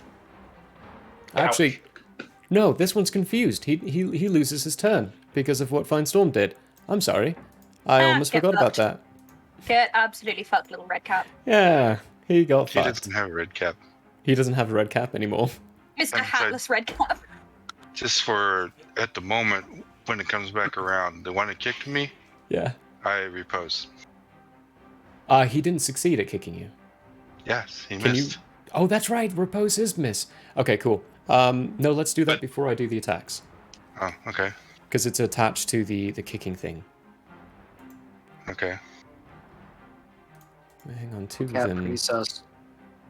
One of them came up to Relly. Fine Storm, actually, I'm gonna need you to make another strength or dex as well. Another dex? Yeah, because I forgot 2 of them are against you too. 15? 15, yeah, that passes. Just barely passes. Okay. But repose on the first one, this guy. Yes. But my repose is going to be to knock off his hat. Okay. Fine Storm, not helping in the fight at all. No, the cat's playing. He's got mice to play with now. Little Fine gnome. Storm has a personal vendetta against hats.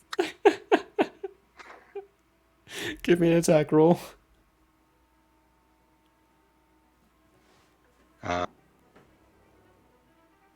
29. 29. Yeah, that hits. His hat's just gone. You claw it and bring it with your claws because it just sinks straight into it. And he looks and you're like, ah, that's mine! Attack me, and it's not. Forfeit your hat. It attacked me. Gimme, gimme, gimme, gimme! He screams at you as he starts Attack somebody else. then. readying his scythe to attack at you. Alright, Yolandriel. 3 attacks against you. Oh, of course, this is when I roll well. That's a 23 to hit for the first. Yep. Good heavens, a 25 for the second. Yep. And a 10 for the last. Last one does not hit. Okie dokie. They will be fools. Oh, burp, burp. Plus what? 4. Okay. So 9 and 9.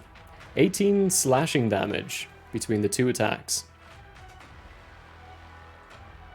As this sickle comes down multiple times, once against your shoulder area, barely just grazing across the metal, giving you a good gash, and the other one across your greaves, because you don't have your greaves yet, right?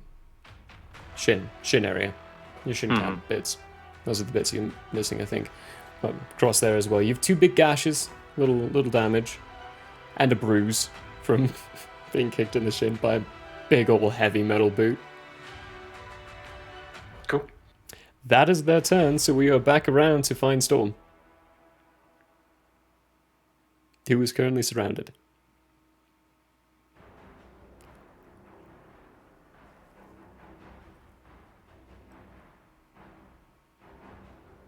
And Oop, he was still also muted. muted. Muted on Discord.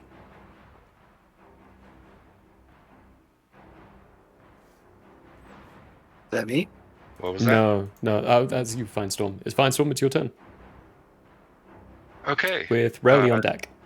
The one who drew out his sickle? Yep. Disarm. Take it from him. You're literally playing with them. Okay, give me a... I'm going to consider this a grapple, so a strength-based attack. Is there a disarm attack? Superior Disarm is a maneuver for a fighter Okay. class. So disarming, in this case, I mean, hand. standard-wise, yeah, Yeah, sleight of hand. Yeah. Let's do that. Let's do a sleight of hand. He needs to make a strength saving throw. Which is actually one of the stronger fortes. Damn. 23. He got one higher. 24.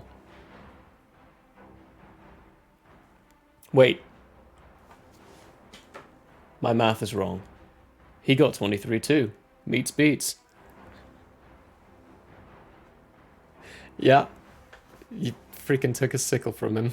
It's a big sickle. It's bigger than his body. I'll take it and I will chuck it as far as I can and say, now calm down. Stop attacking me. Alright, oh fuck. I don't know what check to make this. Because, I Anger mean... management check. What? Anger management check? It could be an intimidation check because it's a big guy just picking on him. But it also could be a persuasion check, but also could be a deception check. So I'm just going to make it a straight charisma check. And I'll adjust the DC appropriately for that.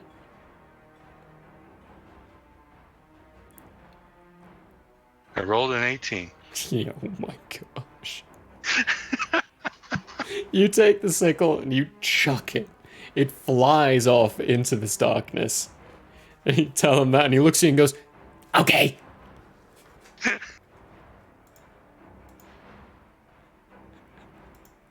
Okay, so he's going to do something else on his turn.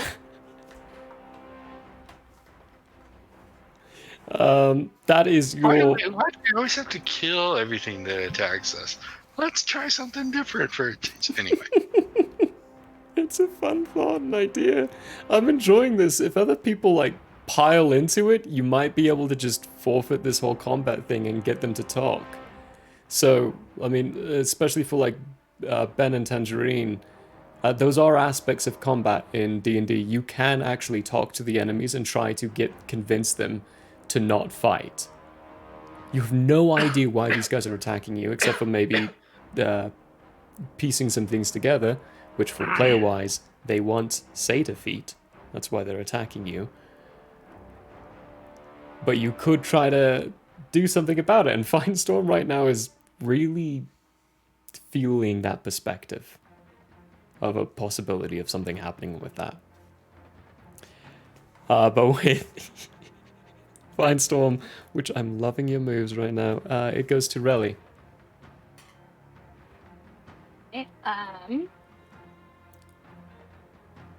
I am going to use the butt end of my dagger of fuck off. No, dagger of returning.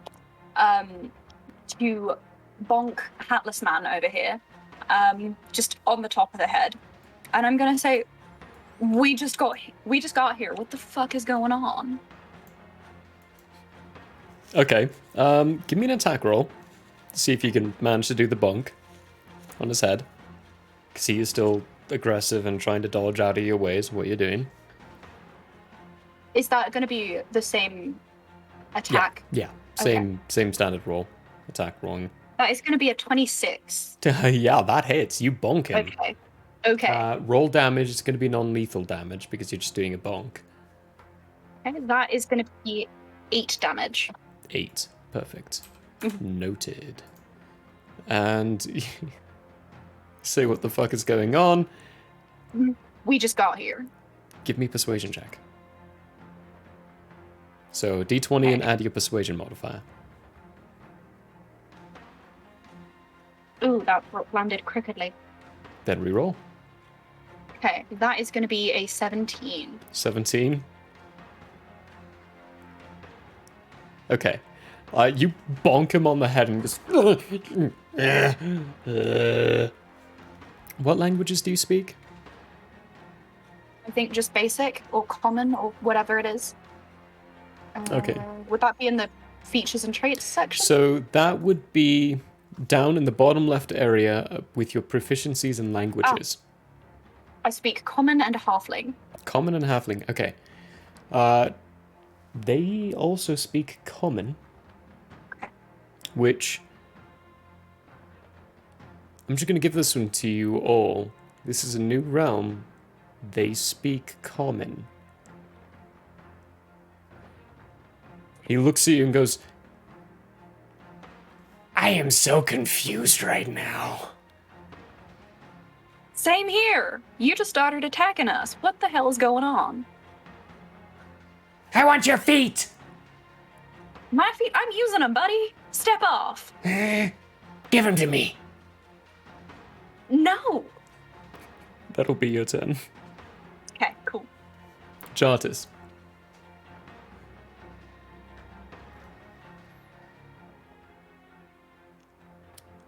You muted as a heads up.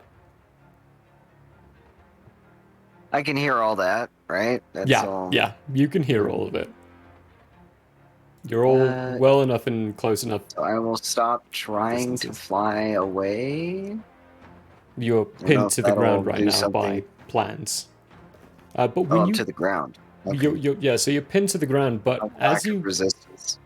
stop resisting, the vines pull away from you.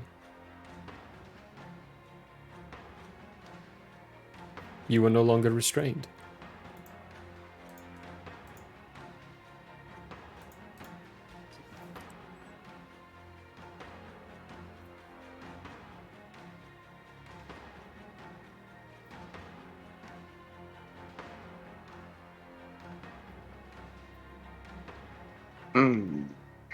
So I was just checking to see if I killed the wild shape. If it you can convert back to that same shape for the 6-hour period, but I think it just kills it. It does just kill it. Yeah, it just kills it. So you'd be down 1 usage of a wild shaping. Well, I can't talk as an eagle No, you can't. because it speaks its own language, Yep. which I'm sure is Aran. Mm-hmm. So I'm going to unbecome the eagle, I guess. Okay. Which square would you like to be? Top left, top right, bottom left, bottom right? We'll go bottom left. Bottom left? Okay. Do. Come on. There we go. There you are. No attacks of opportunity. That was technically involuntary movement.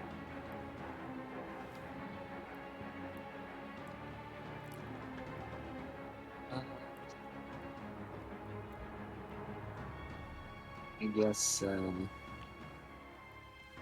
think that took an action. I think dropping it is just a free action. It's like using an item. Okay. I mean, if not, then that's the way I'm going to rule it right now. It's a free action. Okay. It's like dropping concentration on a spell. Cast Produce Flame to produce some more light. Okay. Which gives me a 10-foot radius. It does. So you And start... an additional 10. So it's bright for 10, dim for another 10. Yeah, I'm going to make you start emitting... Oop, that's a 0, not a 1. 10 feet of that, and 10 feet of that. That's in effect. Roll a percentile die for me. Is Ethan still using the shitter? 43.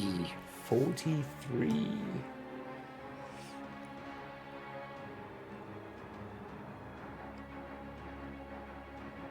I've done What? been here the whole god. Oh, you have? The Jartis, disrespect. when you cast that, He's a man and he shits in his den. Okay. he shits in his den. That's how you do it. He's sitting on a commode right now, and we just don't know it. I just Jartis. shit my pants and sit in it. So, Oh, Sometimes you just like a gotta wee get Barbie. yeah, like a wee babe. Like a wee Barbie. It's Jartis, currently up the small You of my get- back. Anyway, the No, inert no. feeling that if there's a space within 20 feet of you, you could just appear there at will. You can teleport anywhere within you for within 20 feet of you until the end of your next turn.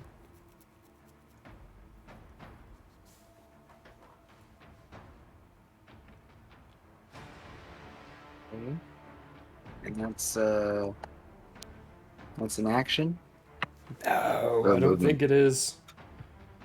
As a bonus action, Yeah, it's a bonus action to do. Okay.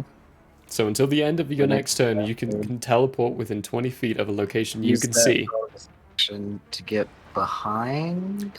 A place you can wherever- see. You cannot see see right- behind them. Is that too dim?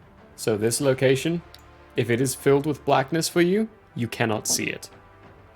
I'm trying to do like right here. Where? No. Why is it not? It's a long click, right? There we go. There you go. That is within the bush. Oh, that's a bush. Okay. That is a bush. My bad. Yeah, technically your area of sight should be limited to where they are, but I extended it out a little bit so you can get a clear image of what is blocking your sight, which is a bush. The He end of is my next half turn. goat. Can he eat the bush? With enough time. I don't think I have goat frenzy. Has this? If he teleports into the bush, can it be then placed within the confines of his stomach? And since he is a goat, Undigested. Look, That's how exactly, Jarvis yes. You've all says. been very lucky with your teleportations, and you haven't ended up anywhere bad, even though you've insisted on Mathona teleporting in places she's never been, which is a 50% chance on whether or not it's going to work. So you've been very lucky. You teleport don't want to mishap. find out what happens when you're not lucky. We've been lucky this far, gentlemen. Teleports into a bush, dies immediately. It just becomes part of the bush. Well, that's one for the scouts travel guide. New wild shape. Just dropped. Bush. So do I know if that skill, like, could I use it this turn and next turn? Yeah, it's until the end of your next turn. You know that. I'm just giving it to you that you can feel that can happen. I'm gonna teleport over here, Okay. right next to the fire. Boop. That's a bonus action. Anything with your action. You can see what's going on around Firestorm and Relly as well. The action fact, was the produce flame. It was produce flame. So you okay. Yeah. You still have your movement then. If you don't want to use it, then we're on to your Londriel. Nice. And that teleport meant that they didn't get that attack of opportunity. Oh, I mean, none of them were nearby you, anyway. So, Okay. but if you were near them, yeah, they wouldn't have gotten an attack of opportunity against that. Nice. I love wild magic. I think that's it. Okay, your Londriel, you're up. Abrat's on deck. okay, you guys hear in a growl, little fucking shits, as I spent half of my music game, and then I'm going to proceed to use the gnome that I currently have grappled as a melee weapon against the two nearest gnomes to me. Oh my gosh. One right after the other. So I'm guessing the guy right here is the guy he's the in my grappled hands. one. Yeah, he's the grappled so one. I'm then putting a then I'm signifier gonna- on him now. I'm gonna swing on this guy and then this guy. Magnificent. Give me an attack roll. This is adding your strength, just your strength modifier, no proficiency. Just strength, This is an yeah. improvised weapon. Yep. You're using a gnome as an improvised weapon. It's a 26 to hit on the first one. Oh yeah, that fucking hits. Okay, how much damage do I do? These Roll the must- second one first. Yeah, okay. Okay, the next one is a 22 to hit. That also hits. So you're rolling a d6 plus your strength modifier. Okay. 11. 11 for the first. Okay, so the gnome you're holding takes 11 damage. Because he's being used as the force to do it. And the one you hit takes 11 damage. Okay, second one. Second one. Max damage, so that's 13. 13. Beautiful. When you do this, the gnome you're holding goes, and just gets slapped around. His right arm's, broken at this point. He's dropped his sickle. He is screaming at the top of his lungs in a lot of pain, bloody, blood's coming from different locations. The other two look injured, but the one in your arms, he's pretty fucked up at this point. But still alive. Okay. Bonus action very quickly. Let's see. Bonus actions. What can I still do? Okay, is this all dim light? No. No. You are currently... no. So, it was dim light before Jartis cast his spell. But now that you've got two dim lights going over each other within that 10 feet. Mm-hmm. So, this is doing bright light within 10 feet, dim light after that. So, you were in dim light. But now with Jartis having his dim light also touch you, you're currently in bright light. Okay, then. I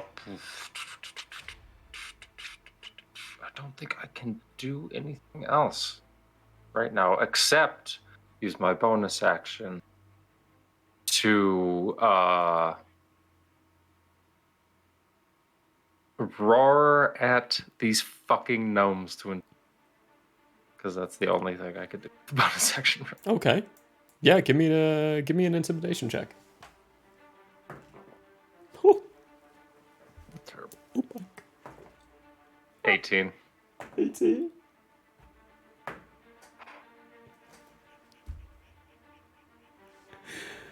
Okay, cool. You roar out towards all of them. A few of them get these looks of and the area around them, like the greenery around them, begins to yellow in places. Except for the one in your hands. He's the only one who passed. Okay. Well, I'm gonna get to swinging next round anyway. I'm guessing movement would cause attacks of opportunity. Yes, it right? would. Yeah. Okay. Two, at least. And you only have half movement right now. But that should be 25 feet of movement still, because you're in wolf form and your movement's increased by 10 feet. Yeah. Shoot. 25 or no 20? What's your basic movement? My base movement is 30. 30. Okay, so 20. 40, so 20. Yeah. Yeah. You will have I'll different move movement. next round. Okay. But So anyway, I think that's where Relly's I'm got deciding. 25, Jarvis has got 35, Aberrat and Yolandri's got 30, and Fineswarm's got 60. I've got 35. You've got 35? That's fucked up. This is what I have to deal with, people. They have wild stats. It's all over the place. That being your turn, Yolandriel, Aberrat, you're up. They're on deck. Right, so I'm in the astral plane till the end of my turn. You are. While here, technically, I could cast some spells on myself that are concentration, but You could. I don't actually have any that I know to or would cast, so I'm not going to. Instead, I'm just going to take a look around. Keep in mind you could prepare an action for when you reappear. Yeah. Getting to that. Cool. Take a look around.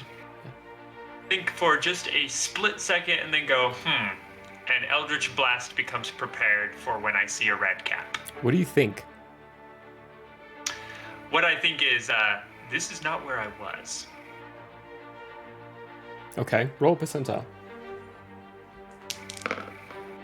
61. 61. You live down there now. I got 64. Right as you can feel your change and shift, going back towards the Fey realm, you hear a simple voice. No, it's not. And then you reappear. And there's red caps right in front of you. So Eldritch Blast. Blam! Do you That is have... a spell. It is a spell, so roll it first, and then we'll roll the percentile die. Who are you shooting before you roll? First one I see, which I think is going to be this guy. That would be at disadvantage, unless you have the feat for that. Poor K. So you're doing a ranged spell at melee distance. In melee. Which is know. at disadvantage. Yeah. You need a spell That's or fine. you need a feat. That's fine. Okay. But they are flanked, so it's just a straight roll. Well, if it's just a straight roll, it's 22 Oh yeah, that hits. for the first one. Poor Because this capless is person. technically... His cap's been stolen. It's being worn by Admiral Finestorm.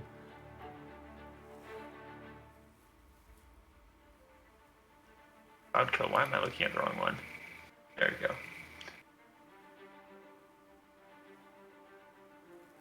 So 2 beams total, but the first one hits. Do you want me to roll for the second one as well? Yeah, before roll I for roll the second damage? one. None of them are close to dying yet, so Second one's a 14 to hit. that hits. Just barely. Okay. Damage on the first is 6 force. Damage on the second is 6 force. So a Six total and of 12 six. force damage. Is perfect? 12. He gets hit and goes "Ah!" in his back area. 2 big scorch marks being left behind. He's still fairly focused on Relly, though. But that was the end of your turn. That was your reaction being used to cast the prepared spell. Which means it goes to them. This one, who Finestorm has convinced to attack someone else, is going to move... Actually, he's going to move away from you, Finestorm, triggering an attack of opportunity if you'd like, towards Jartus. He doesn't have a sickle anymore. So Jartus, I need you to make a dex saving throw. You're muted. That's it. Let's see what my dex.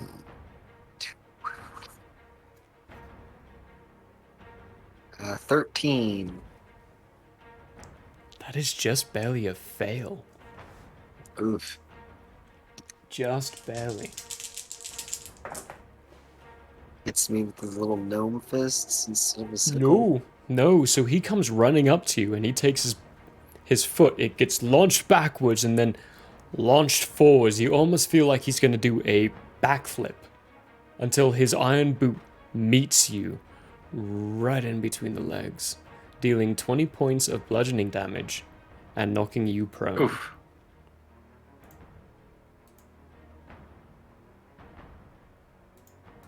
He just kicked you with his giant iron boot. Wait, hang on. The Fae can wear iron? Yes. Why wouldn't they be able to?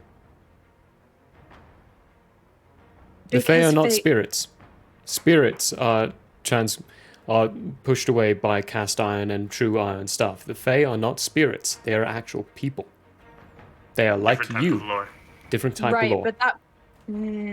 Different laws. Different laws. Yeah, They you can think wear it There's iron. different lore concerning cast iron. You'll have to explain to me later on as to why you think Fae cannot do iron stuff, because that's confusing Yeah. to me. Okay, cool. Yeah. He's got big, giant iron boots on. But yeah, definitely explain that to me later on, because that's not the case in this. Whatever it is you're She's doing like, is not the case Fake in this. news, she says. Fake news. No, this has Yeah. been this has been the case ever since D&D's been created. So, as far Fake as I know, news. Well, I'm thinking about like the actual Fae mythology that I grew up with in my. you'll like, have to spook- explain that mythology. Okay. Because there might be It's a different. miscommunication as well in that mythology. Because even in all my knowledge of the Fae, normal, standard mythology, No. there's nothing bad about iron. Depending Yes. on what There's you mythos are. with iron. Depending on what you are. What you are. What you are. and all that stuffiness. Mostly it's spirits that affects. These are not spirits. And the Fae is not a spirit realm. It is a realm in and of itself. It's the realm of light, separated from the realm of shadows. Created by the primordial gods. Blah, blah, blah. Okay. I've done a lot of reading on the Fae realm recently. Painful amount of reading on the Fae realm recently. That's one of them. This one, though, is going to attack you, Finestorm. You are flanked. He is doing it at an advantage. It's 3 attacks. Wait, which one? Is it this one or Nope. this one? I said this one. This one down here. Ooh. That is a 23? No. 16 plus 6 is 22. 22? Finestorm? Miss. Miss. That's it. That's a 1, but it's at advantage. That's a 4, so that misses. 13 and a 9. That misses. He misses all of his attacks against you. And the one with the hat, without the hat, who's first taken away, looks at What's in the hat? you really and goes, If he's starting his turn, I'm making a reaction, and he has to make a con save. you don't have a reaction. You used your reaction for your spell. Remember, when you prep an action, when you prep a spell action, you use your reaction doing that. You do not have a reaction right now. But he is looking at you, Relly, going, I don't understand what's going on anymore. We just want the satyr's feet. Will you just give them to us? Yes. No. This time I use the flat of the blade to kind of. We have a whack spare him. satyr. fucking hell. Okay, it's not your turn, Finestorm. If you want to say anything, it'll be your reaction. I'll be quiet. I'll be quiet. I Right. use the flat of my blade to just kind of thwack him, and I say, this is the second instance of someone saying that someone else wants to take a satyr's feet. What the hell is going on? I got And a no. good reason. What's the reason? And also no. They want them. That's Who? going to be his turn. Oh, bastard. Yeah. This guy up here, though, is going to attack you, Relly, 3 times. You're not flanked, because they're not in the right positions. Okay. Oh my god. I rolled a 4, a 5, and a 7. I really should be throwing that in jail. So that's a total of 10 to hit, 11 to hit, and 13 to hit. No. None of them hit you. No. You're just, while you're responding to what this guy's saying in front of you, just whoosh, whoosh. These sickles just being thrown around you aimlessly, not hitting you at all. This one is going to... He's going to run up to you, Yolandriel. This is probably going to hurt. They're all attacking you. And they all have advantage because you're flanked right now. Cool. First attack is a 25. Yep. Second attack is a 19. Meets. Meets, okay. So that one hits. That one's a 21, so that's hit. It's 3 hits. That one misses. That one misses.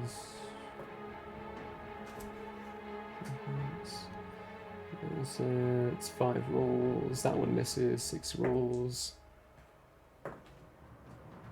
That one hits. 7 rolls, so 4 hits. Ooh, that one's gonna hit. 8 rolls. Let's see if he gets that 20. He doesn't. So 5 hits for 8 rolls. There are 4 of them, 3 attacks each. 12. So I need 12 attacks. That's a miss. That's gonna be a hit, so 6 hits. That's a miss. And that's a 19, so that beats. That's 7 hits. Instead of rolling, I'm going to use their average, which is 9. So 7 times 9 is 67. Okay. 67 points of slashing damage. Which... yeah.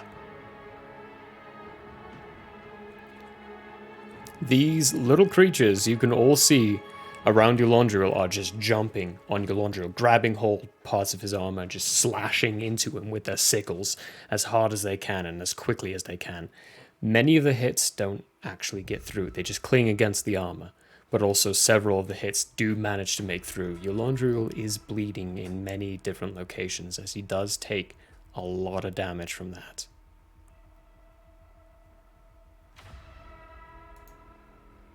Four of these things on one. Difficult. One-on-one, though, they're fucking easy as shit. That's going to bring us around to the top of the round, but we're going to take a quick break so we can do some PPs and relieving ourselves of certain things, and it's just a 15-minute break. We'll be back in 15 minutes, everyone, as they continue fighting these weird little red-capped gnomes. They're adorable, trust me. They're vicious little fuckers.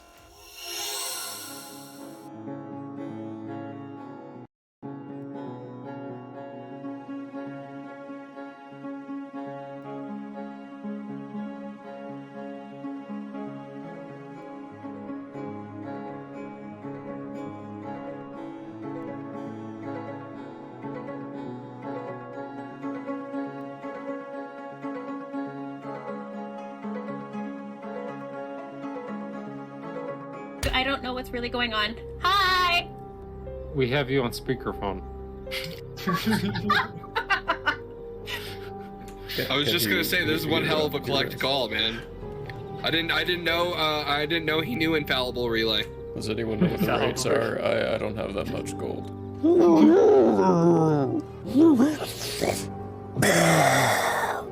And breathe all over it. I need a dex saving throw. It'll be like a family outing. We'll be giving mom and dad Yeah, Shane, it'll be fun. And then I need people to remember me after I die. I will always remember you after you die. But I hope you don't die.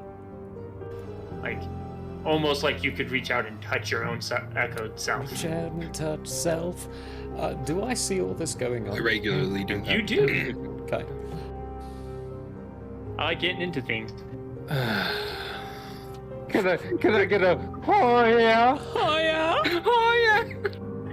Consent is always important. Agreed. You're next. We have more for later. This is for the innkeeper. He needs to get turned too. Get out of here! Get out of here!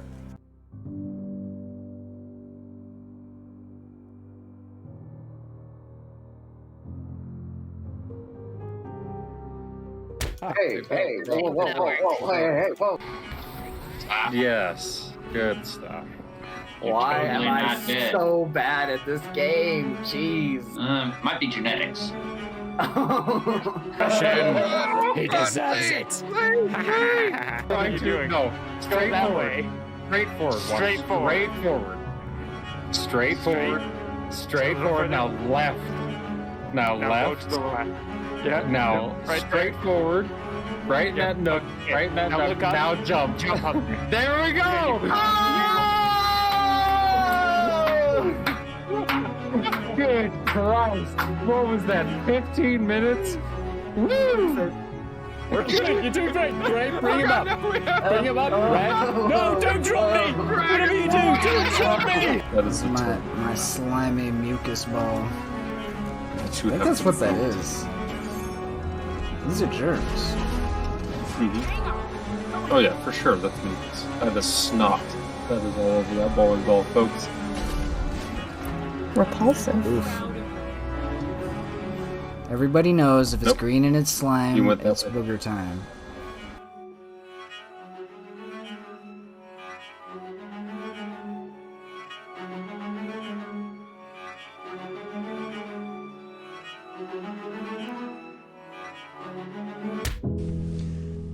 Hello there. As a guest of the Owlbear Inn, you obviously have taste. Now, as a person of taste, have you ever thought to yourself, I need to watch an artist who also has taste, with a sense of classiness and intelligence, heightened by sitting in a leather armchair before a fireplace with shelves of books behind? Neither have I. Anyways, I happen to have an art channel called Michael How Arts here on Twitch if you want to check it out. There's drawing, chatting, and sometimes gaming. If you enjoy fantastic characters and comics, or just having someone to hang out with while doing art, you should give Michael How Arts a look-see. That's twitch.tv/Michael How Arts. And if you visit, maybe, just maybe, you'll occasionally have that artist sitting in front of a fireplace to give you a +1 to the richness and culture of your Twitch experience. Though I wouldn't count on that. But please, do stop on by. Thanks for your time, and have a wonderful day. I'm Michael Howe, and I approve this message. Oh, you don't believe me? Well, I did this, and this, and this, and this, and this, and this, and this, and this, and this, and this, and this, and this, and this. Hello, everybody. Hey, folks. Hello, folks. Hello, everybody. It's like now I can't go a day without flossing. Like if I don't floss that morning, I'm like, people know. They know. I know. It's like, This is dental hour. Laugh, love, and I love it. Build our home, searching every star, every world. And just when all hope seemed lost, message of a new discovery drew us to an unknown planet called Earth. Larry's like, Here's the thing. I don't mind a movie coming out and it not matching the book or the series or anything like at all. I'm saying this right to the camera. I enjoyed the live action The Avatar movie. oh no. Yeah, we have to I shut said the it. stream down right now. No. You need to just shut Streamlabs off, unplug your nope. Too late. Hello and welcome to Hate, Laugh, Love, the show where we talk about movies.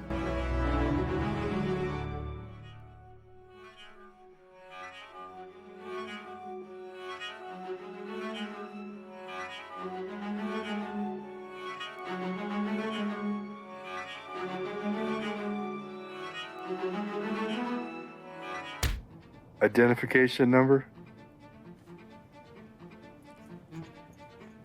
Searching for a wallet. Does he have a wallet?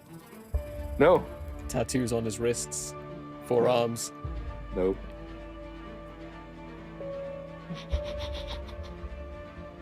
Yeah, this is TK421. I knew it was coming.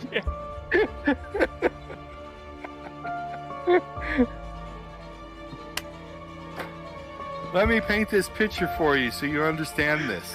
The Queen has a flawless AR of 18 as well. Oh my goodness. So you got lucky just to hit her. Oh my god. And she has 1,000 total damage capacity, which means you outright killed her right away. Kinda wanna do some vamps just so we can kill some things.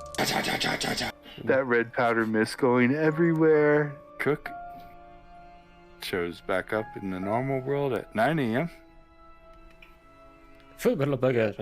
Oh, that was fun.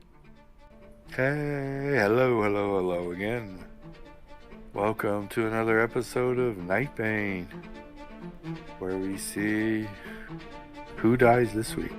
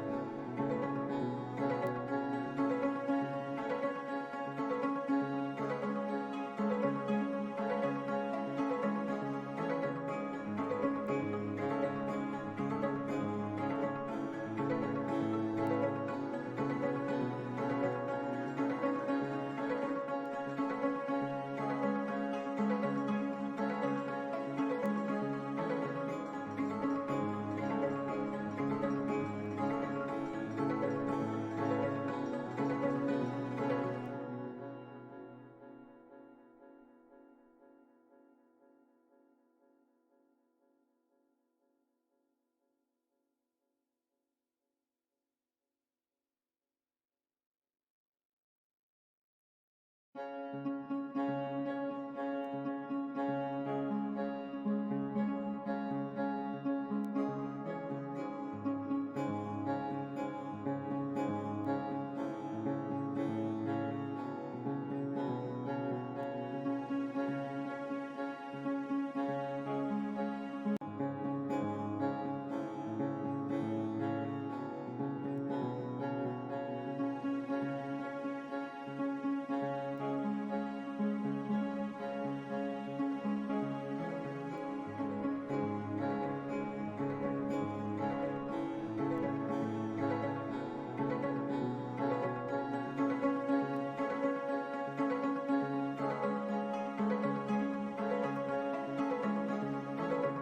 don't know what's really going on. Hi!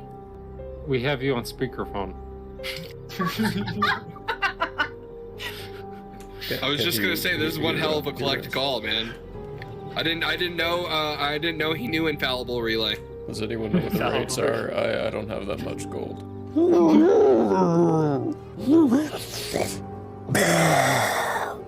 And breathe all over it. I need a dex saving throw.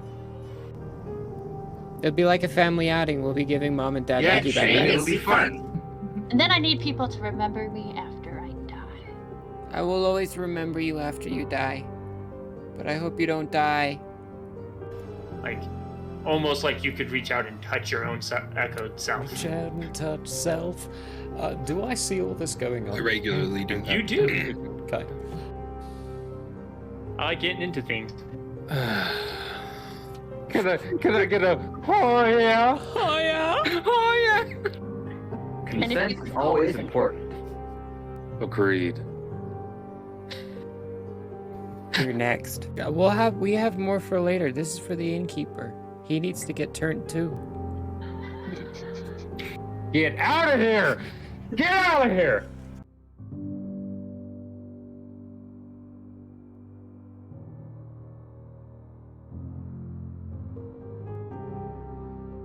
Hey, whoa.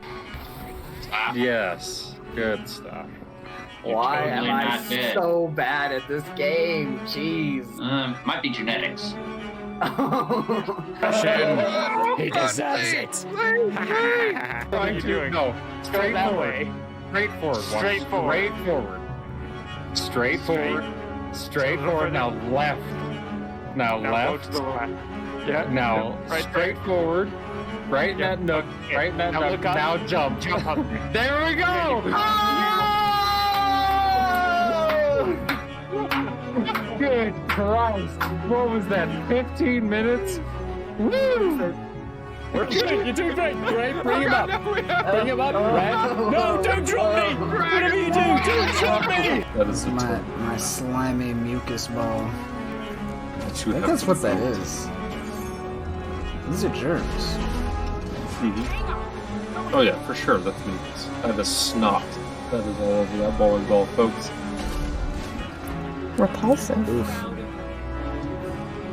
Everybody knows if it's Nope. green and it's slime, You went that it's way. booger time.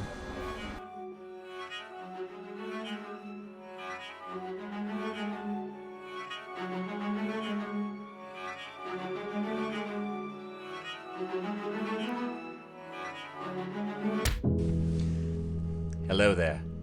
As a guest of the Owlbear Inn, you obviously have taste.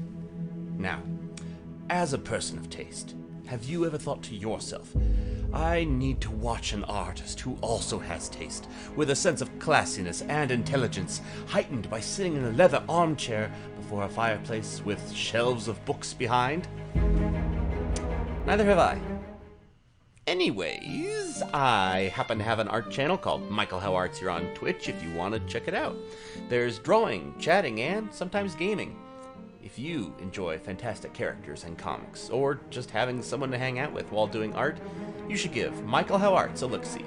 That's twitch.tv/Michael How Arts. And if you visit, maybe, just maybe, you'll occasionally have that artist sitting in front of a fireplace to give you a +1 for the richness and culture of your Twitch experience. Though I wouldn't count on that. But please, do stop on by. Thanks for your time, and have a wonderful day. I'm Michael Howe, and I approve this message. Oh, you don't believe me? Well, I did this, and this, and this, and this, and this, and this, and this, and this, and this, and this, and this, and this, and this. Hello, everybody. Hey, folks. Hello, folks. Hello, everybody. It's like now I can't go a day without flossing. Like if I don't floss that morning, I'm like, people know. They know. I know. It's like This is dental hour. Laugh, love, and I love it. Build our home, searching every star, every world. And just when all hope seemed lost, message of a new discovery drew us to an unknown planet called Earth. Where he's like, here's the thing. Here's the thing. I don't mind a movie coming out and it not matching the book or the series or anything like at all. I'm saying this right to the camera. Hello, everyone. We're back. Hey. We are back into the cockpit with these lovely little red caps at the top of the round with Find Storm.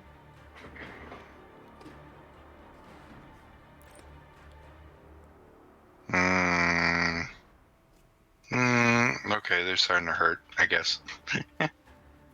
Though I'm curious to see what would happen if Delandria died again, but... The one that just attacked me... Okay. As a free action, to the one that's confused, so this guy, right? Yeah. I'm going to say, watch this. And then I'm going to turn around and attack this guy. Okay. Give me a... Watch me miss now that I've boasted that. Perfect. Give me an First attack. attack. 28. Oh, that hits. So let's see here. No sneaking damage, so I believe that's 11. 11 points of damage? Yep, 11 points of damage for the first attack. Second attack.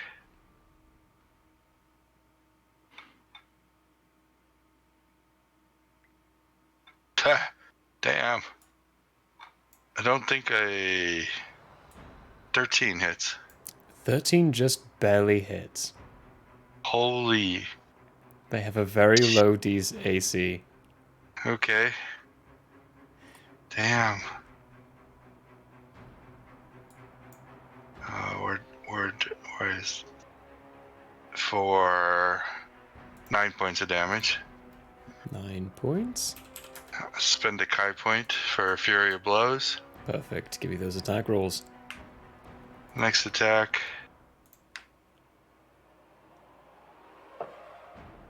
$19. That hits. So that's another one.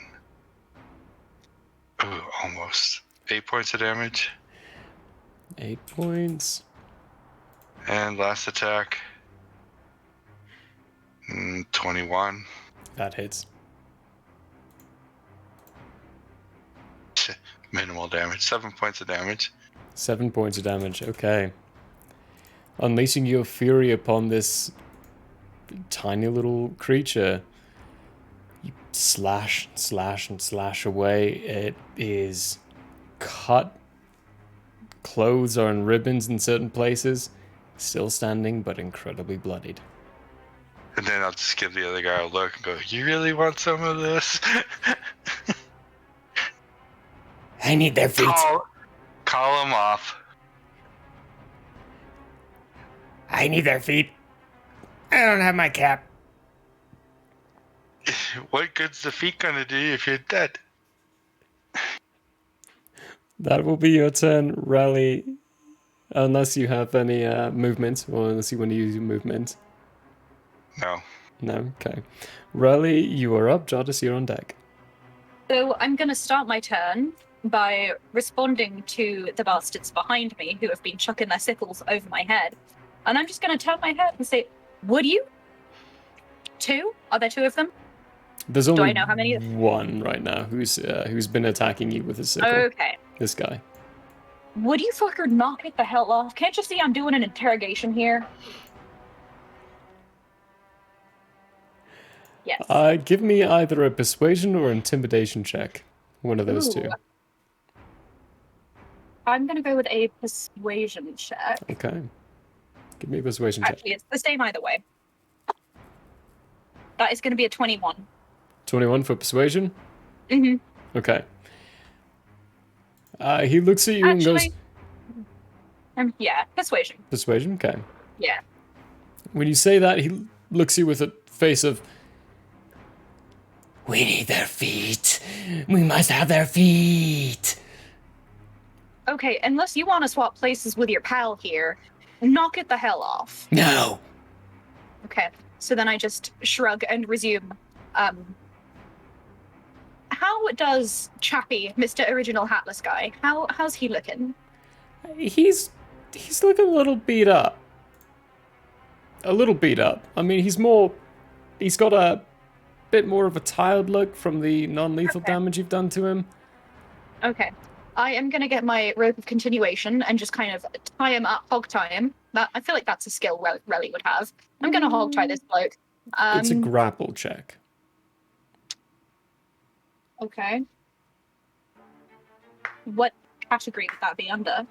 So that would be a basic attack roll. So rolling a d20 and adding your, I'm going to say proficiency and strength modifier. Okay. He needs to do a... That is an 11.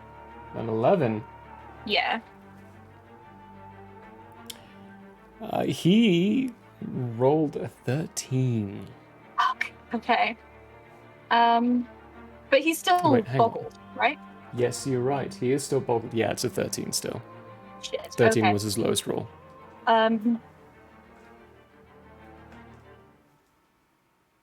Okay. So when last we spoke, when my turn was cut off, he had revealed that they need the feet. Yes. So I'm going to say, who are they, and what do they need the feet for? The coven needs the feet. They need the feet. But That's all you're getting. For why? That's all you're For getting. what though? Okay. And that was your action. And so your action was the grapple check. Okay. And I'm going to consider the amount of talking you've done as a bonus action. Okay, that's fair. That's it then. That's me. Okay. But Is Fine you still, did get... still holding him? No, the one that's being Okay. held over here is this one down here. Oh, This one was shit, never okay. picked up. His hat was just Oh. removed. I thought he was held. Okay. No. That's me then. Okay. You did get a little piece of information, but Jartus, you're up with your laundry on deck. You are I have a prone right plan. now, Jartus. I have a plan. Okay. I'm excited. In my proneness, I will attempt to deceive the gnomes Okay. into removing my feet and leaving. So I will How? attempt to struggle, but not actually struggle. So I'm not trying to break the prone state that I'm in. Okay. Okay, give me a deception check. Okay.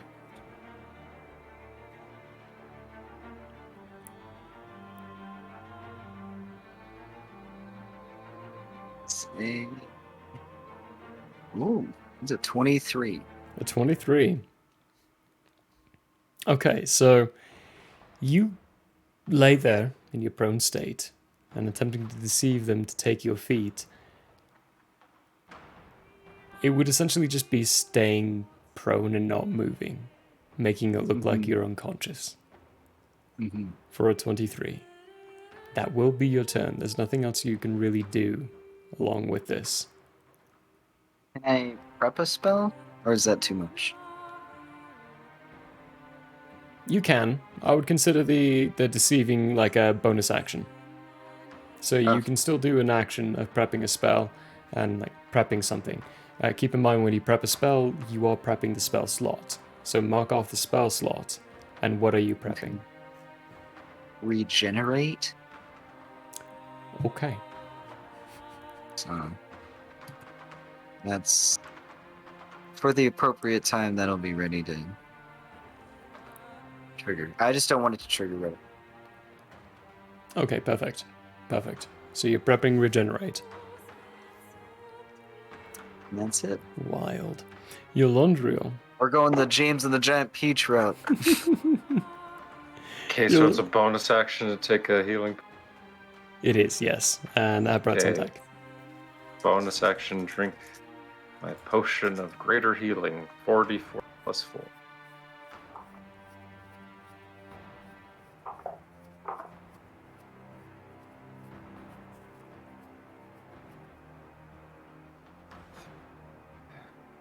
$13. 13 health regenerated. Real quick.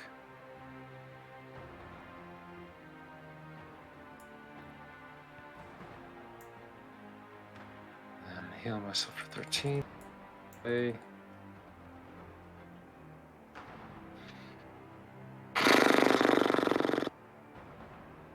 Shoot. Okay, I'm gonna hit the same two guys again.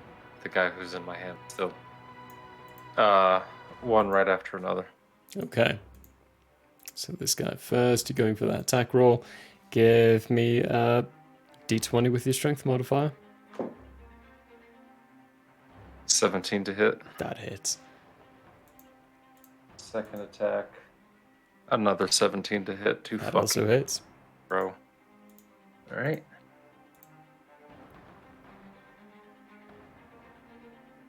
Eight. But I'm going to do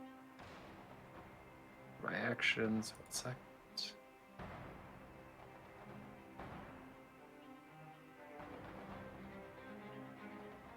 Divine Strike.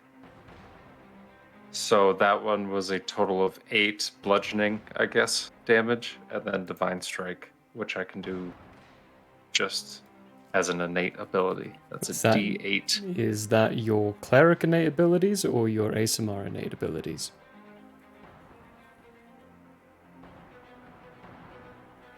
No, that's cleric. Never mind. Cleric, it won't work. And you know that. Okay. Then 8. Then Second 8? one Okay. is 11. You bring this one in your hands around, slam him against the first one again. He gives out a "No!" And then you bring him around again and slam against the next one. The gnome in your hands has gone completely limp. He's dead. But the other two are still alive. You are now holding a dead body.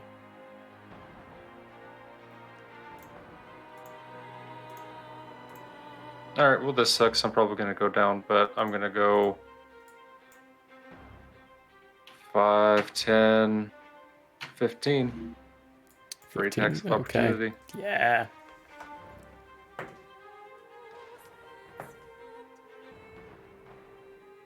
Uh, 19's your AC, right? Yep. Yeah, okay, so the first one does hit. Second one hits. Third one does not. So only 2.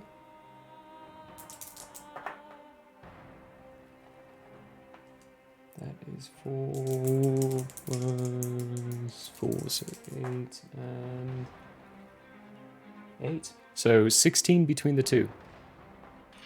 Okay.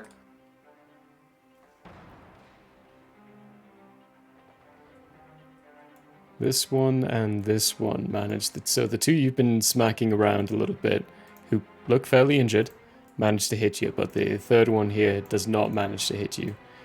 Are you carrying the dead body with you? Yes. And he's going to move along with you.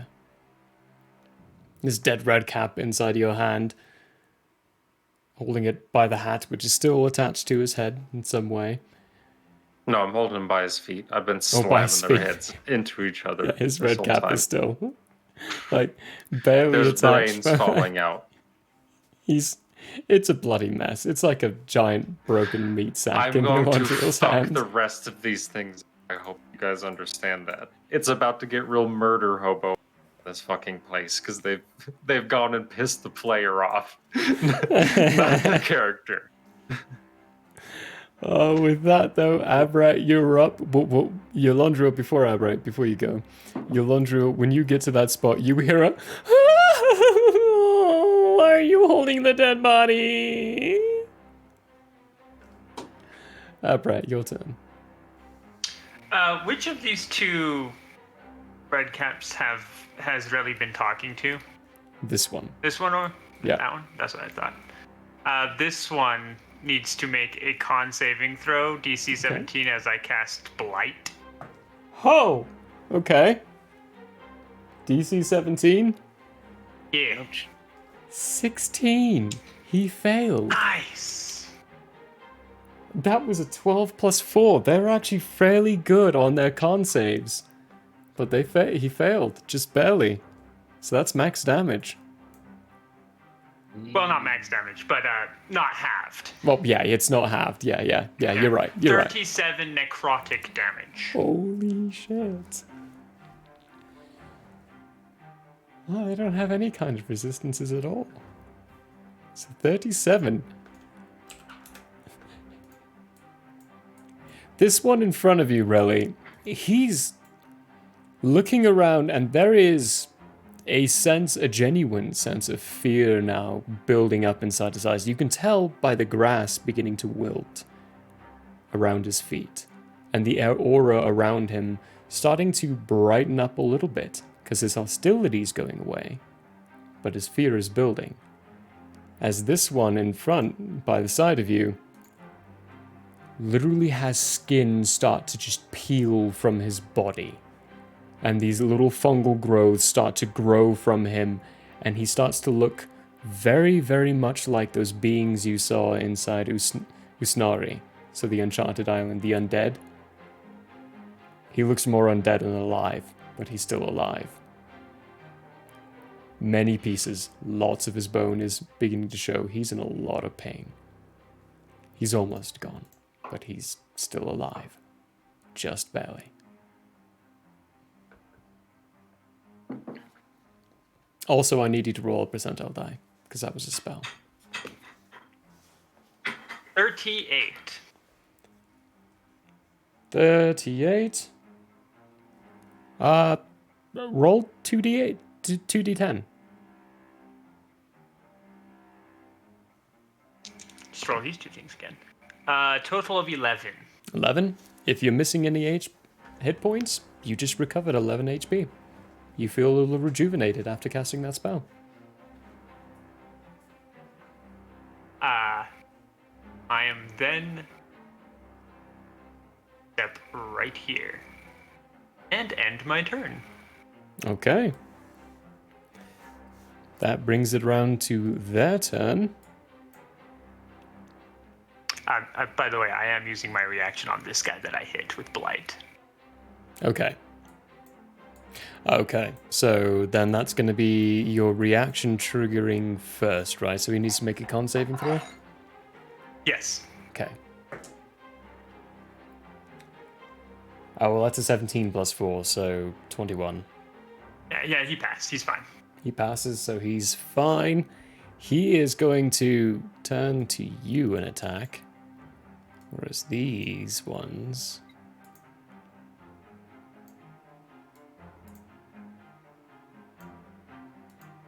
going to move over to Jartis.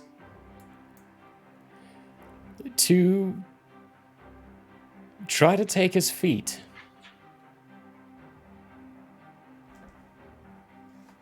We are going to... So for them, we're going to do an attack roll with advantage. There's 4 of them doing this. Your persuasion or your deception check of 23 was high enough to convince pretty much all of them that you were inactive and not doing a damn thing.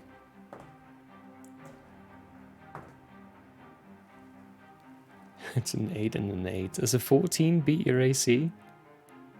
Beats, right? Beats. Yeah. Okay. They are beginning to soar at your feet. For this, give me a percentile die. I'm gonna make you roll this. 60. 16 or 60? 60. 60, perfect. Right. You are going to take... It's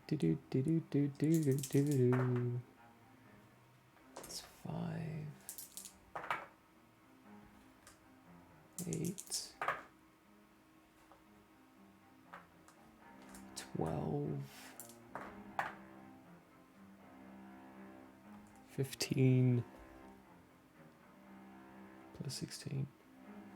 31 points of damage as your right foot is sawed off and hacked away by these creatures.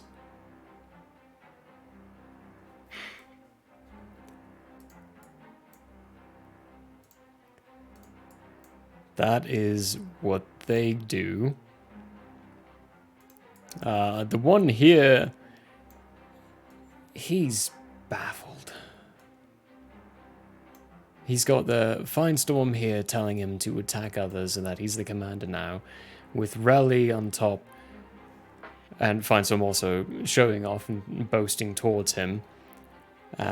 Whereas with Rally genuinely trying to reach towards the center of him, he is going to just look around and be like... And then seeing Charters being completely motionless, letting people take his feet. His turn is just forfeit. He's confused as shit. But these two, they are going to attack away. This one against you, Firestorm, he's not going to have advantage, even though you are technically flanked.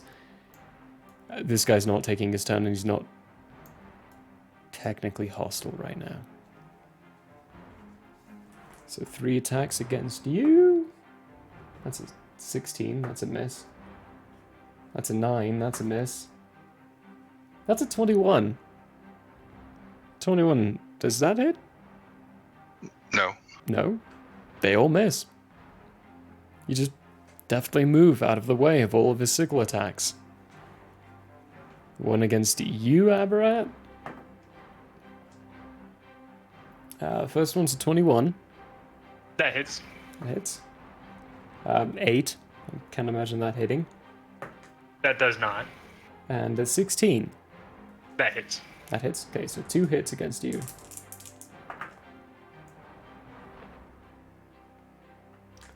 Five, 9,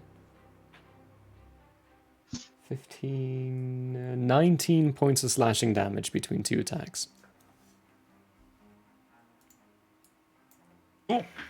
As he comes down and slashes across this side of your chest and then across your legs, leaving 2 largish gashes, and then missing the 3rd attack, still growling and snarling at you.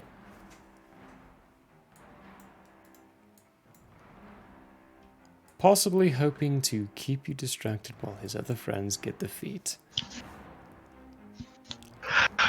That'll bring us round back to the top of the round. Firestorm. So, this guy is the one who was attacking me, right? Yes. Yeah, this guy. Okay. Yeah. He is looking really rough for wear. Attack. Okay. Give me an attack roll.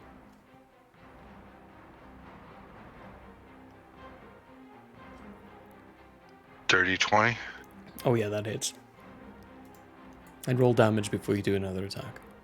11. Bring your claws down. How you doing it? I am going to decapitate him. Yeah, his neck's small enough. You can bring right across.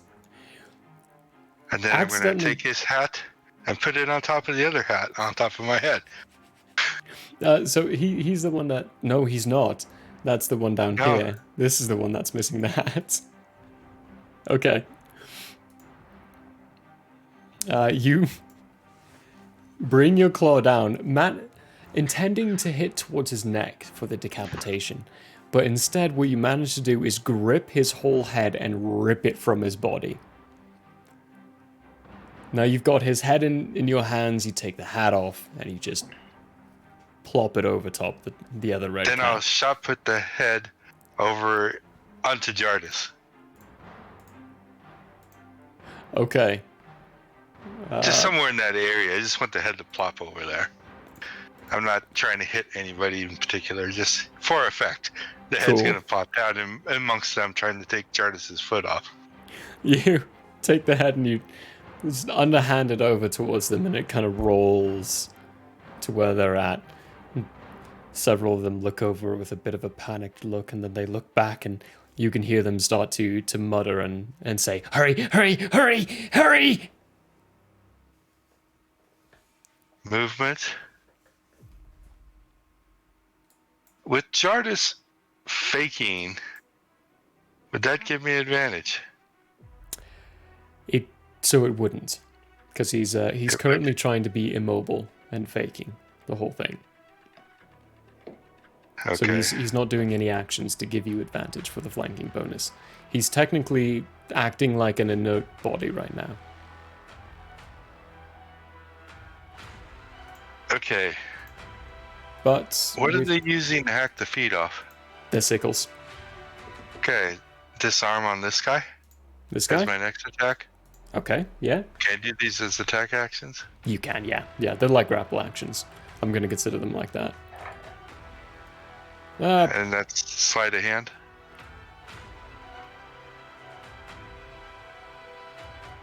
So disarming attack is a genuine maneuver by fighting things, so I do have to take that into consideration. For a disarming attack, it would need to be a full round action, seeing as you don't have that fighter ability to do it. You've already done one attack.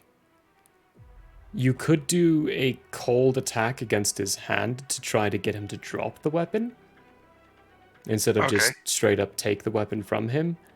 But he's going to have a higher DC, or a higher AC, because of it, but it would be a normal attack. Called attack against the hand? Perfect. Go for it.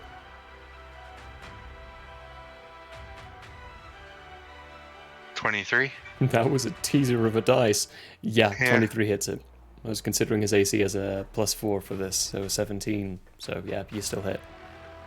Okay, do I need to roll damage or just say I slapped the weapon out of his hand? You do still roll damage. He needs to do a strength, which is a 19, so he failed. So he does drop his weapon, and you do still deal damage. 9 points of damage. 9 points of damage. No, he does not have 3. I almost gave him a crap ton of HP. Okay, you bring your claw down. He drops his weapon. Big gash along his right arm. Fury blows. So Kai point. Another Kai point. Disarm. Go for it. Okay. Called hand strike on this guy. Perfect. Go for it.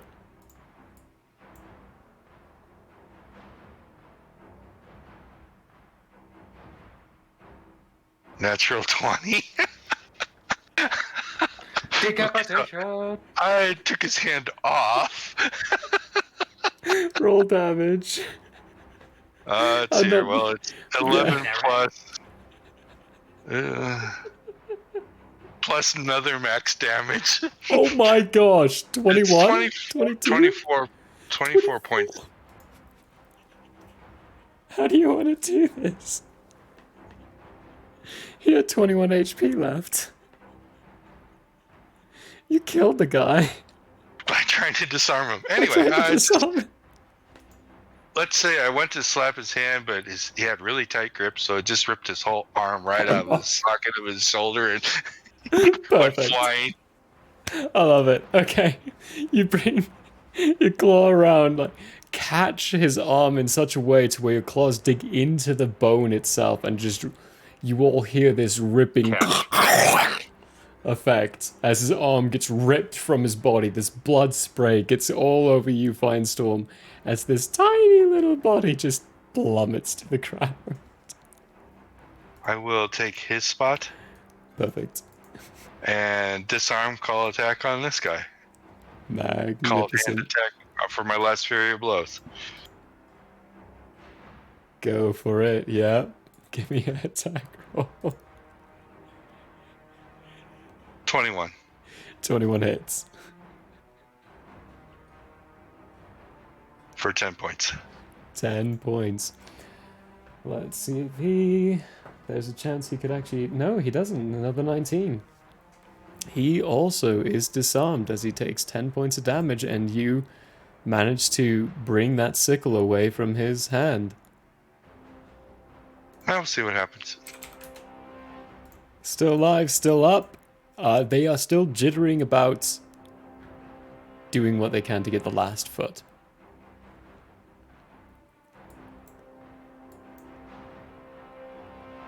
That's nuts. I'm still amazed. That is... Still got some movement, but I can't imagine you wanting to use that right now. But that's your bonus action in action. So, Relly, it's you with Jartus on deck. I am gonna... Sorry, go ahead. Real quick before you go, Relly. Jartus, if you want, you can start the rejuvenation spell to start rejuvenating your foot. If the other foot's removed, it will affect that one too. Rejuvenation's going to take a while to do, BT dubs. It's not instantaneous. Remember when you did it to Eula suffered an entire night while her tongue was being rejuvenated.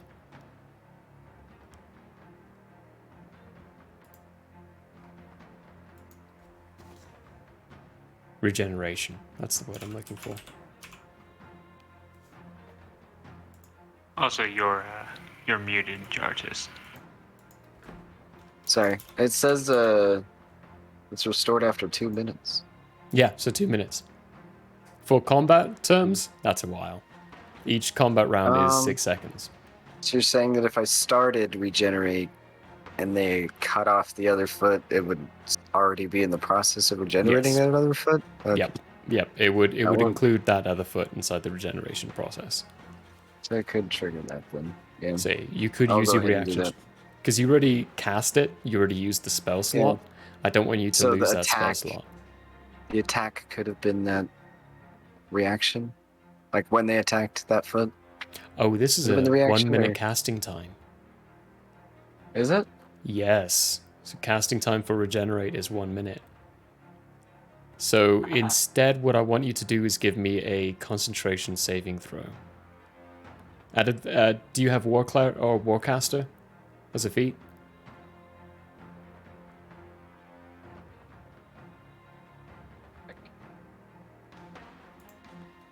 Let me take a look at your feats. We'll go down at the bottom. No, you have Ritual Caster and Ritual Caster. You took some weird feats. I like it though.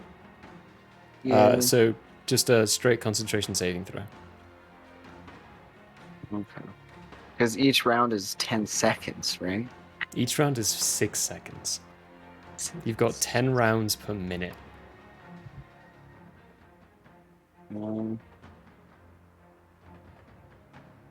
Can we untrigger that? Is that a thing? It is a thing, but we've gone over this a Yeah. few times, so I don't know why I keep forgetting that. Well, of course, regenerate takes time because you're regrowing body parts. You are regrowing body parts. So, I mean, it's gonna be very light. So, the We chances have of you a- maintaining is pretty high. 14? 14? That just barely makes it. I'm going to give it to you for that. So you do maintain the regeneration. You are regenerating your feet. But keep in mind you won't be able to cast any other spells while you're focusing on this. Also, I need you to roll a percentile die roll. It's a magical fey effect every round. Yeah, it's a spell. 22.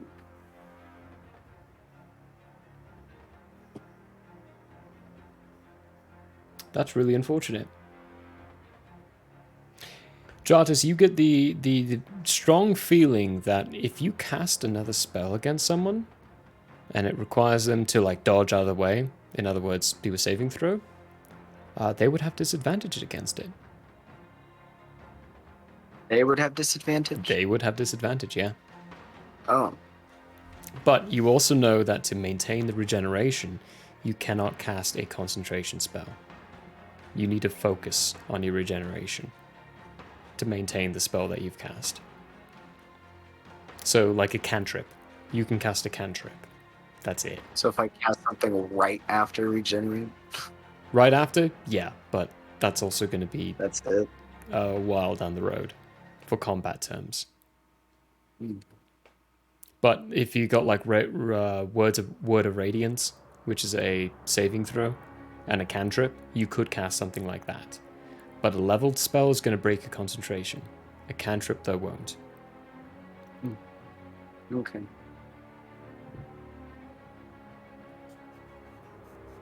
But you have begun regenerating, so that is one... It will be, when it comes to your turn, 1 round down for regeneration. And that is your reaction down. Which is actually a unique idea, and I love it. I love the idea of what you're doing with this. Just need to prayer wheel and holy water, which... It's making less sense as it goes on, but we'll see how it turns out. To a degree. For me, as a DM, it's making more sense as it goes along. Relly, your turn. Jartus, you're on deck. Yes. So I would like to... You mean... Oh, never mind. Sorry. No, yeah. Yep. I would like to retry grappling this confused gnome with my rope of continuation. Okay. So that is going to be...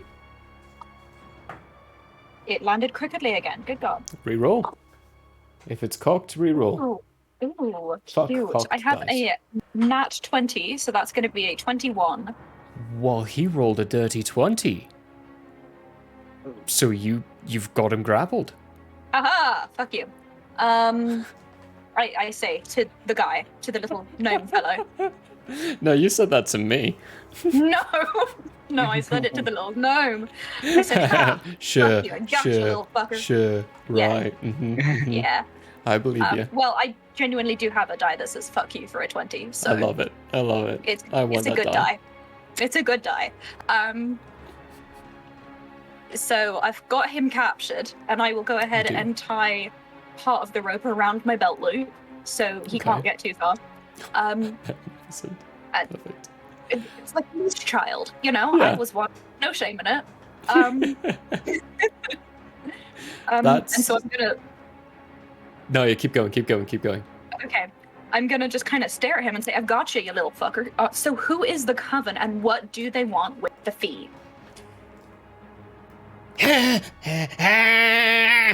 He is trying his hardest to get away and to run off.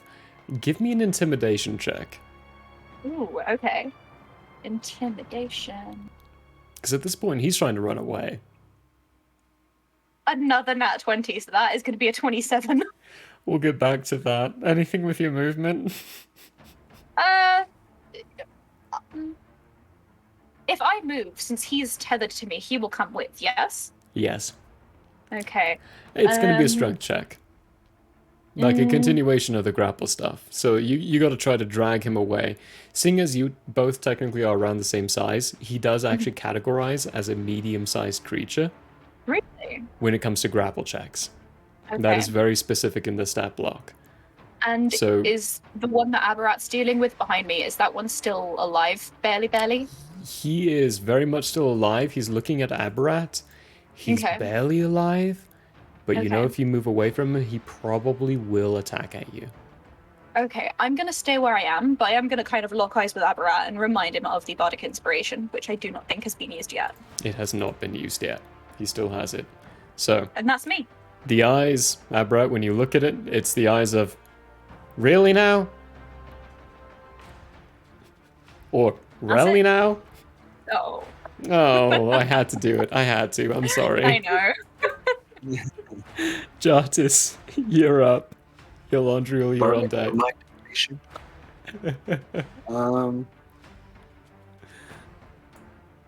So, but I can't cast one of those cantrips until the end, right? Or does that? No, you can. So, for Once this, it's I in mean, motion. we're heavily homebrewing a few aspects of this. I mean, typically, rejuvenation's not something you cast during this time, but you did, and I don't want you to waste that level 7 spell slot.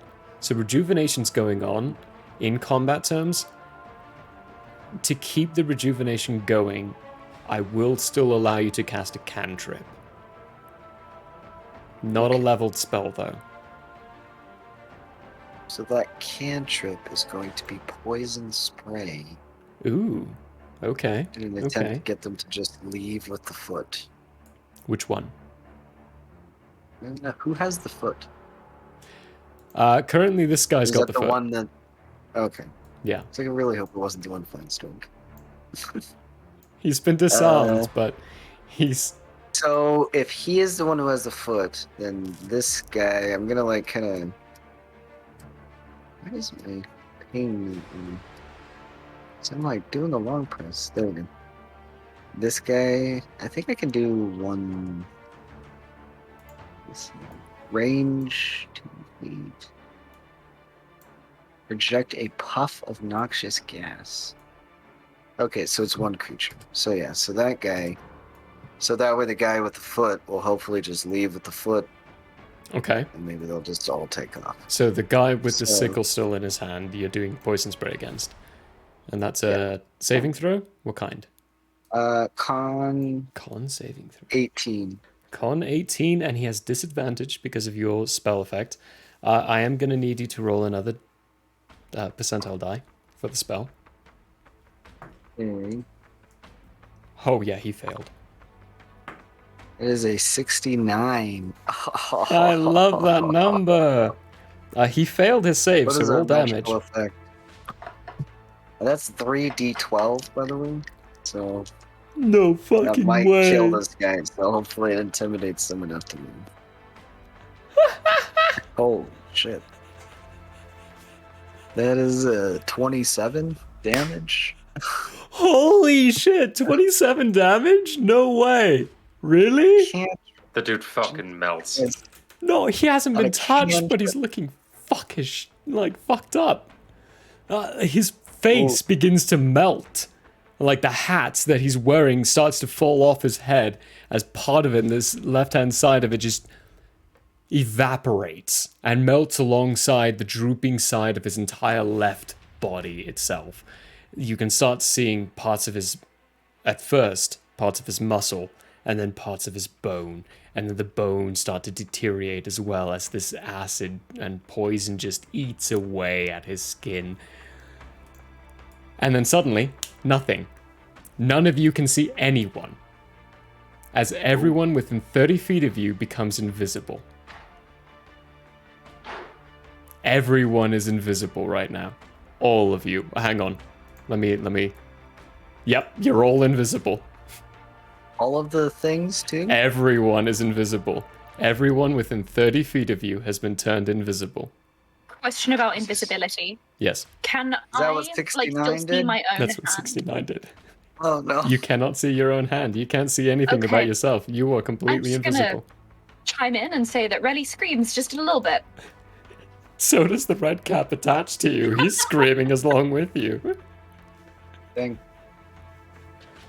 That's what 69 did. Holy crap. Can I I love say that. anything? You can, A yeah. little anyone got any fairy fire? I'll say out loud. And what you hear around you, Finestorm, is, He's alive? What? Uh-oh. You broke the deception. But But I'm they're invisible. They know You're it was me. invisible. They're all invisible. Everyone's invisible. I guess. You're like, If you're all invisible, then no one. anything else with your turn? Chances.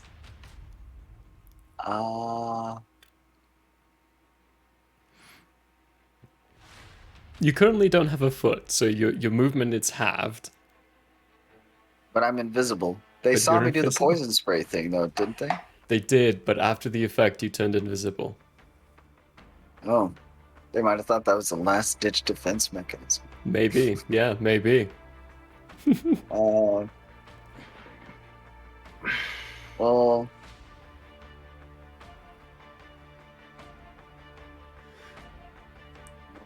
I'm still glowing, though, aren't I? Not anymore. You're invisible. Everything Okay. about you is Okay, invisible. so that goes away. Okay, cool. It's still active. Like everything's around you is very well lit. But the source of the light is undeterminable. Ah. That's handy. Excuse me. Okay. Well, then let's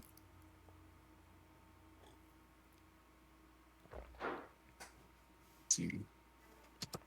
What's my movement without a foot? Half. And you are currently prone still. So you've got You 35 have feet of movement, stand-up so movement. halved is 15. So halved of 15, rounded down, is 5. You have 5 feet of movement, good sir, if you stand up. What if I just rolled and tumbled? Like at 10 feet? Yeah, I'll give you 10 feet, yeah. Okay. I'm just gonna...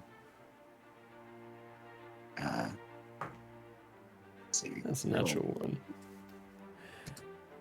Roll and tumble right here. Right there? Okay. Move your character there. You can do that. You should have control of your own character. They rolled a natural one to detect you rolling and tumbling, so they don't.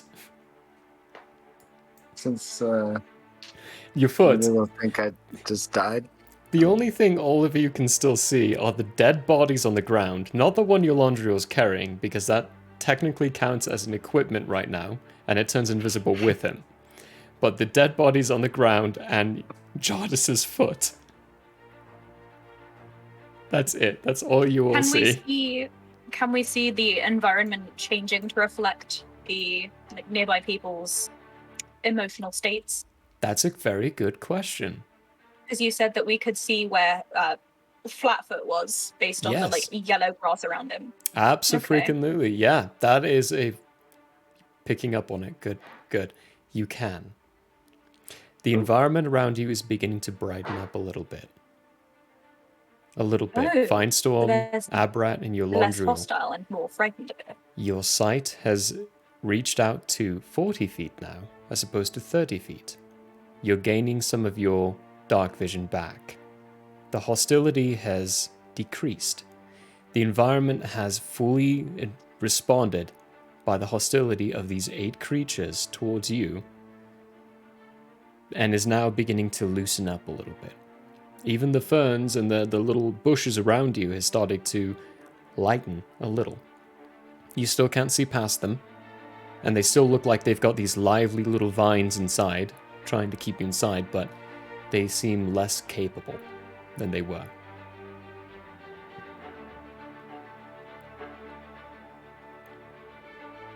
Cool, my turn. It is your turn, Yolandriel. And Abra, you're on deck. I drop the dead body. I have... It becomes invisible suddenly as it hits the ground. I have blind sense. So, you do. This is what I'm going to do. Go right here, and then right here. And then I'm going to proceed to bite the shit out of this guy. Okay. Yes? Yeah, go for it. Give me an attack roll. You have blind sight, so you know exactly where he is. Dirty 20. Dirty 20, that hits. You do become visible when you do this. You lash out and bite down. You become visible, and everyone can see this blood start coming from something that is still invisible.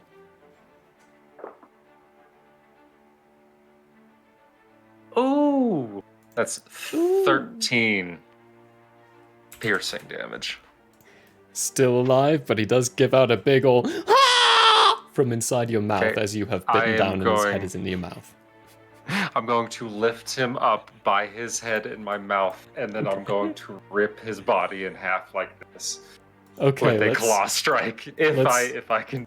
Let's hope you Yeah, can do let's it. get the roll. I think this will be cool, but let's hope you can do it. Okay, to hit, that is a quick maths. 25. 25 hits. Okay. Max damage of 12. 12 max damage. You grab around the back end. What you can all see is Yolondriel grabbing nothing and begin to rip and pull, and blood spurting from nothing. And this scream coming from nowhere inside his mouth as it echoes around. He's still alive, but you have started to pull him apart. Okay, This tiny little body in here. It's like pulling a chicken wing off of a chicken, a roast chicken. It's about the same size. I am going to use my bonus action to, as I'm ripping him, turn him around to this guy behind me. Hold on, let me. Okay. Yes. Giving these guys attacks that are worse than death. I'm gonna put him over It's the like, fire, God. but he's not Yes. technically over the fire. And intimidation blood spray him with his friend. Perfect. Give me an And intimidation also check. make him visible. Maybe. Oh my gosh. It's a 16 intimidation. 16. Adding on to that nat 20 that. Yeah. You miss time, and you don't get the blood spray on him. It does hit only the grass, which then begins to wilt and turn black from the touch of the blood itself and the aggressive act behind it. But the point, you get a sense that the point is definitely communicated. That's my turn. Okay, Aberrat, your turn. I'm gonna consider this guy grappled, because why not? Right. So he is invisible, but was he causing the ground to start turning yellow? This guy was.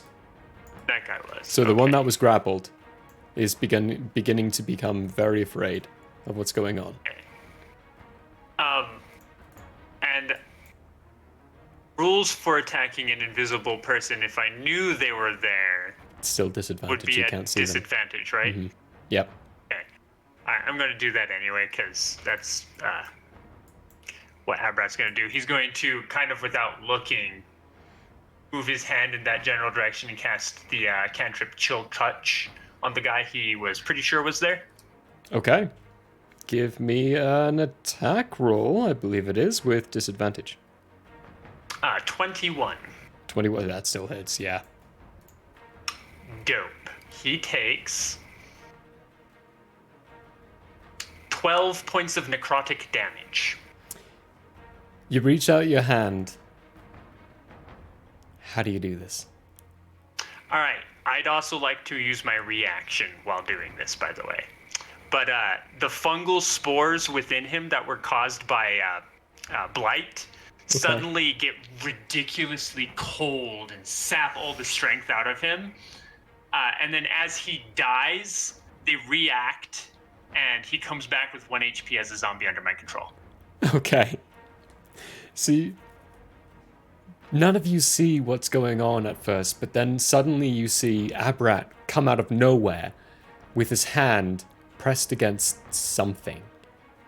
And then that something apparates out of nowhere as well in this cold, frigid, frozen form that then begins... It stops. It is solid. He pulls his hand away. And then it begins to move in this cold, frigid look, in these dead eyes, and starts to look at nothing, because there's nothing to look at. There's nothing It to just look looks at at. you, Aberrat, because you're the only thing to look at right now, except for Yolandriel as well, but Yolandriel's a friend, so it just kind of stands there. A zombie. I'm going to change his color to indicate that he is now technically a friend. And at 1 HP. There you go. His turn goes directly after mine, and Sure the only does. action he can do is an attack action, but he can still move. Okay. Please don't Zombie attack speed is my guy. slow, though. His There's speed's nobody 25 for him feet. to attack. 25 feet? Okay, perfect. Yeah. Yeah, there's nobody for him to attack, so he's not doing anything. So, I think by definition, if he doesn't do anything and he isn't given any commands, he takes the dodge action. Yeah. So that means that attack rolls against him are at disadvantage. Not that there are going to be any against him. Yeah. Okay. That being your turn, on their turn, with what they got left, the one who doesn't have his weapon is going to use the disengage action.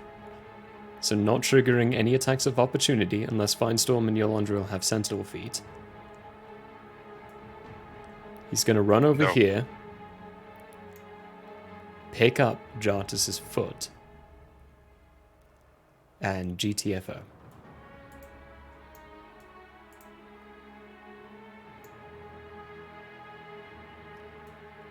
That is a... Yep. That's as far as he gets. And the one here is also going to use the disengage action to run the fuck away. And both of you have blind sight, so both of you know that the two ones around you have just ran. They are running. And the foot, Jartus' foot on the ground, just disappears as they pick it up.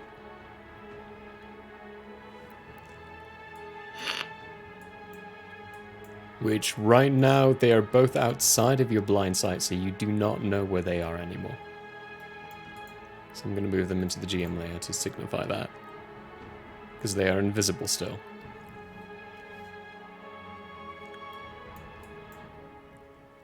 The one in your arms, your Yolandriel, is going to attack you, or in your face. He doesn't have a claw. Or he doesn't have a sickle. This is really unfortunate.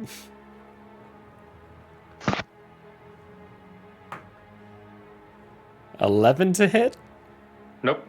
Okay. It's like giving a dog a squeaky toy. Come 16 to hit? Nope. Okay. And a 7 to hit. Nope. You can feel his tiny little fists slamming against your bottom jaw, but not doing a damn thing against you and what you're doing. But he is doing his damnedest to fight against you. And very suddenly, you all see this tiny little figure apparate out of nowhere, punching at Yolandriel's bottom jaw as he tries to attack against things. Can I just flavor kill him? Because his fate is sealed anyway. It's fairly sealed. It's almost there. Not Let's see what this other quite. guy does. See what this other guy This one here, he is going to... Oh. He's grappled. He's tethered. He's afraid. And confused. And confused. Relly, I'm going to ask you for a percentile die. Ooh, okay, spicy. You're the one who's got him grappled right now. So we'll leave it to you. That is a 47. 47, that beats his. So, yes. He continues to do nothing. Which none of you see. He remains... But I can feel that he's not doing anything.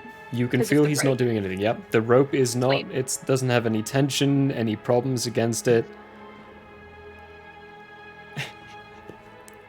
Everything's invisible until it attacks or casts spells, so he's not doing anything. He remains invisible.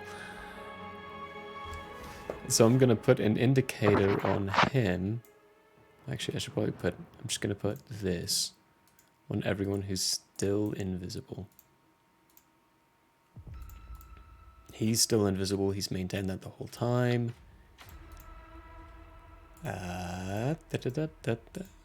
Fine Storm is still invisible. And those two are as well. But that is all their turns. That's all that's left of them. Fine Storm. It's you. I know which direction that guy ran. You do. Yes. So if I was to say, as an educated guess, ran here, would I sense him? Yeah.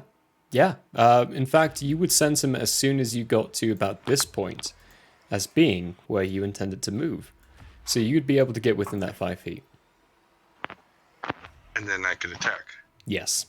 And since I'm invisible, he's invisible, I would have advantage. You would. Holy shit. Because you can sense where he's at, so I'm not going to give him that advantage, the disadvantage on that, because you've got blind sight. And seeing as he cannot see where you are, you're going to have a true advantage. So yes, you would get your sneak attack included. Can I assassinate him? No. he's already acted this turn. He's been acting this whole time, so unfortunately not assassinate. Okay, first attack. At advantage. There's a fucking gnat in my room. Yeah, there's one in my room too. I've been swiping at him. That's 29. Oh, that hits. Yeah.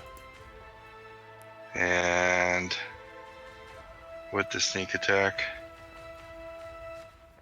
that's going to be 10, 11, 17 points. That's exactly what you needed. How you doing this? I'm just going to swipe up, claw strike up his spine. You all see, out of nowhere, Finestorm just into existence, bring his claw up, this blood spray start going all over the plants. As his claws grind up this about 1.5 foot tall creature, ripping, and you can hear the bones separating as his claws go up the spine. Rib cages popping on either side, so you hear as this small little creature tumbles to the ground, hand flopping forward, with this satyr hoof in his hand, just tumbling about 1/2 foot away from his right hand. He dead. And for the next attack, it will be on the other guy. He's right there. He's right there. You can sense him right there.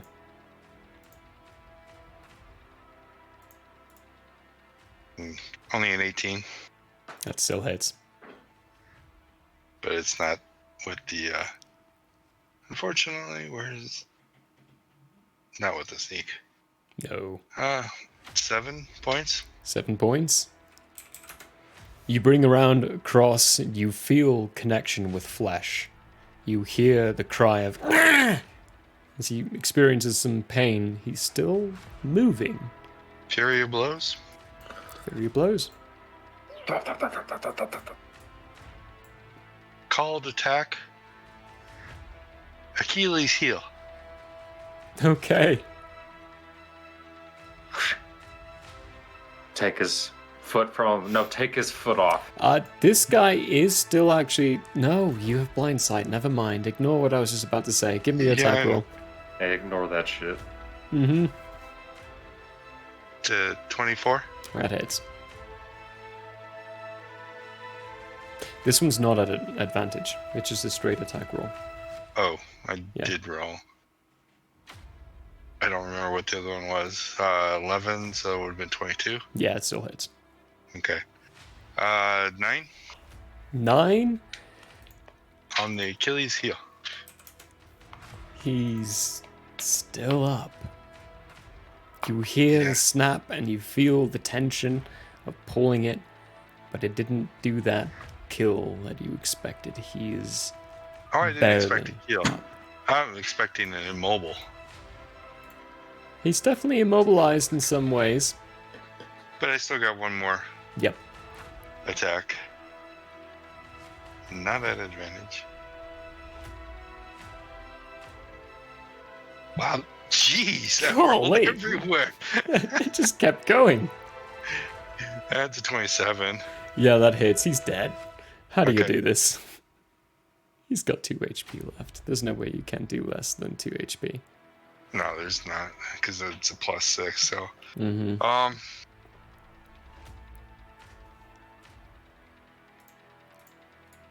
I'll just take out his other leg. You go for what you expect to be the other leg, but you manage to overextend a little bit and swipe out his right leg, which you hear this as it swipes the leg entirely out from underneath him, along with the other leg. And when he becomes visible and apparates again, he's missing both his legs, and they're both in your hand. Just stuck on the claws. You can Just stuck on the go all claws. way through. 2 legs stuck on the claws, and he tumbles and like almost bowling balls into the bushes. Okay. Can I sacrifice half my movement to pick up both their hats? One of their hats would be a free action of half your movement. Yeah. Okay. I pick up both their hats, put them on, of course. So I have 4 hats on now. And I have only 15 feet left. So I'm going to move over here. I can't see him, but when I move over there, I know him. He's there. Yep. With my blind sight. And I'm going to say, remember, the cat in the hats is in charge. Boom! That's the punchline. I was waiting for it this whole session. Gnome. Like, what is the punchline coming from this? Why is Finestorm picking the hats? Cat in the hat. Fucking hell. Thank you, Dr. Was Seuss. that a nearly 3-hour-long punchline? That was a 3-hour-long punchline. I love it. Magnificent. Okay. Okay, your Laundriel, at this point, you can flavor kill the guy in your mouth. Okay, you guys see me to all fours, you know, and proceed to shake this gnome back and like a dog with a squeaky toy, but like really aggressive, like the You hear a... and Oh, keep going. and like you see at one point, I like even flip it up into the air to myself, and then recatch the gnome, and then right back to. So, the last real major part of conflict and aggression you will see is your Laundriel violently whipping these 2 legs around. One of them flies off to the left. The other one flies off to the right. And then he flips up this small creature and catches him on the downside with his arms pointing outwards, violently whipping him around, and the arm flying off to the left and arm flying off to the right, till it's just the torso in his mouth, and he bites down, and the lead just falls into the fire and starts sizzling. And then I'm gonna stand up back in human form and be like, woo! That worked out some aggression. I feel better. What about you guys? As he's saying that, the fireplace begins to wither away and turn to nothing, back into the grass that it came from. The bushes, you can see, start to move away and surround the trees around the location.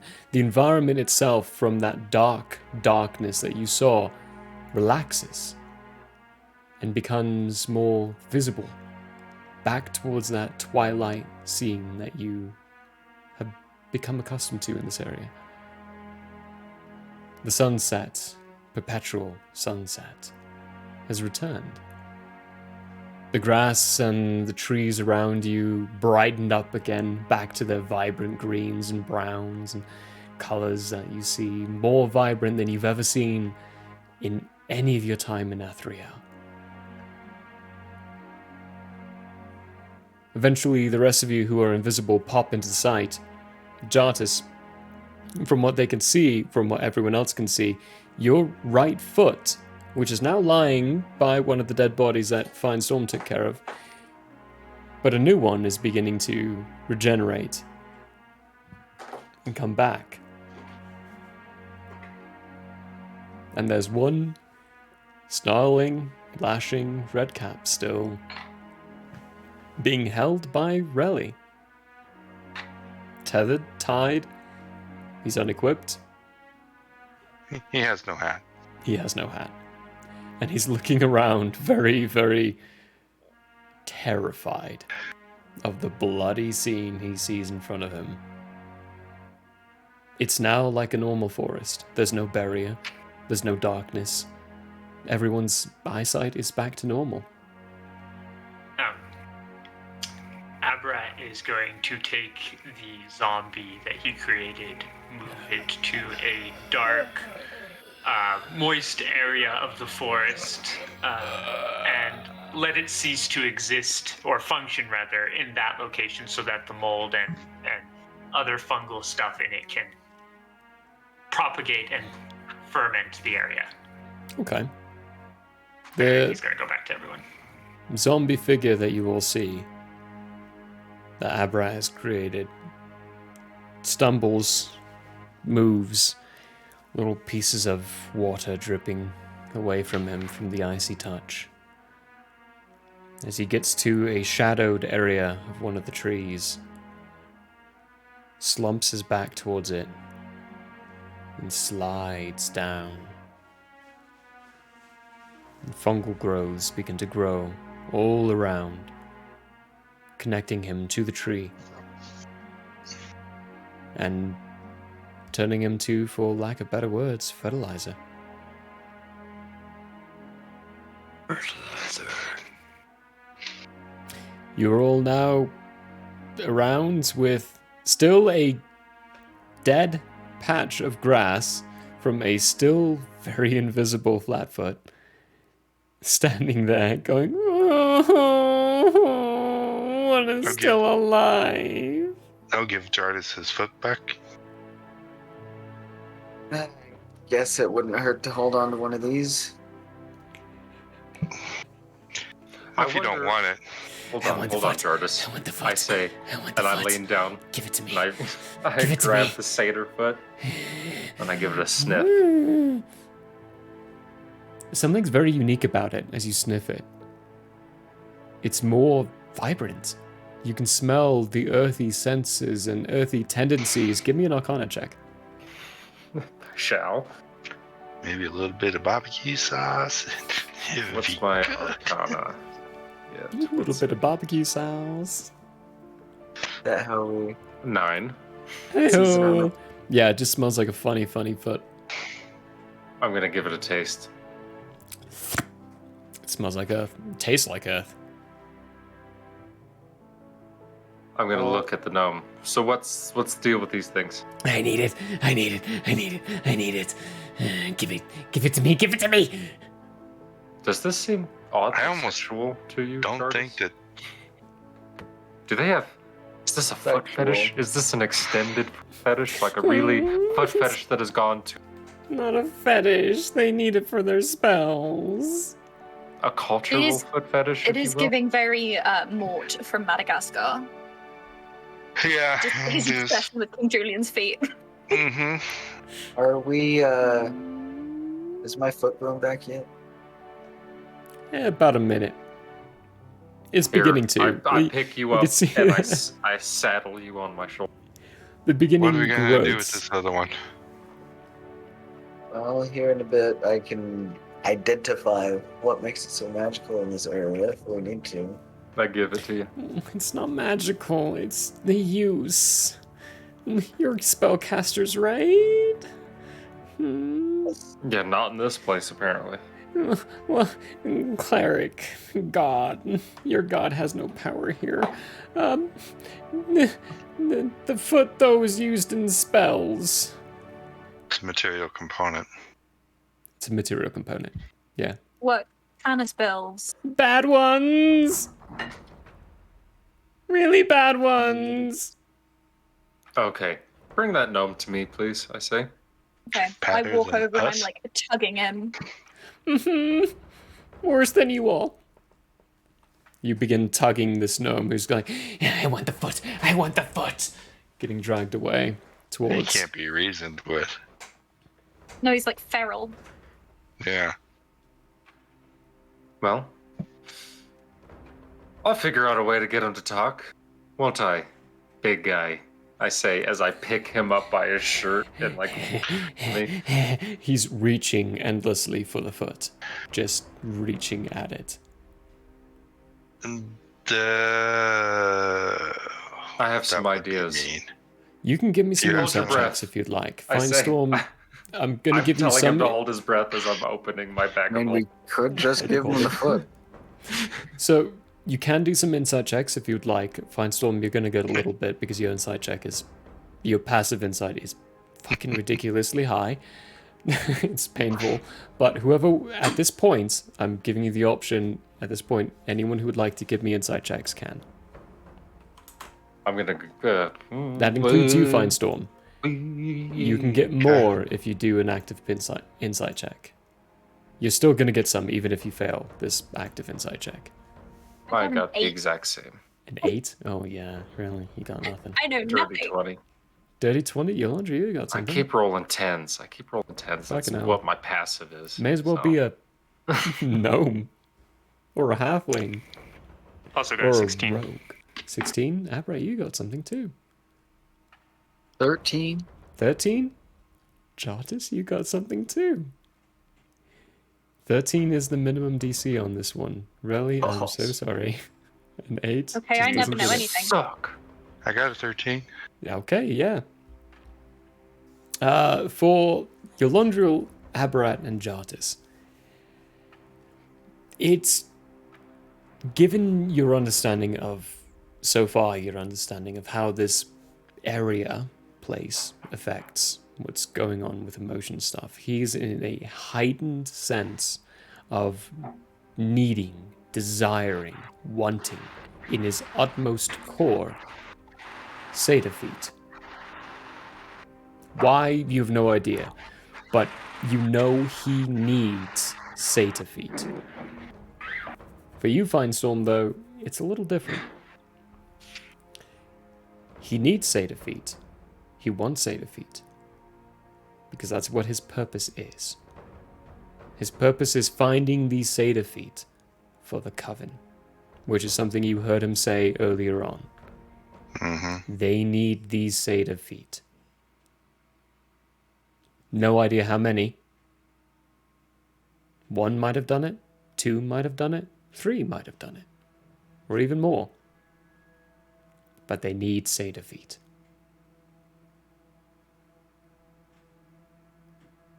How many covens are in Feywild? You've no idea. There's no possible way for even you, Jartis, who's studied the Fey realm, to know.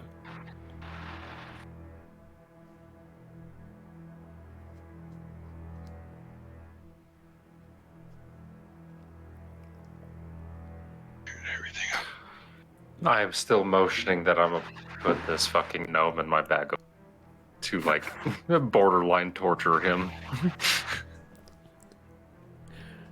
If anyone wishes to stop me. Give me the foot, give me the foot, give me the foot. He's still tethered and tied to Relly. Are we keeping him? Keeping him? That's a terrible idea. Well, I'm thinking we can use him to get us where we need to go.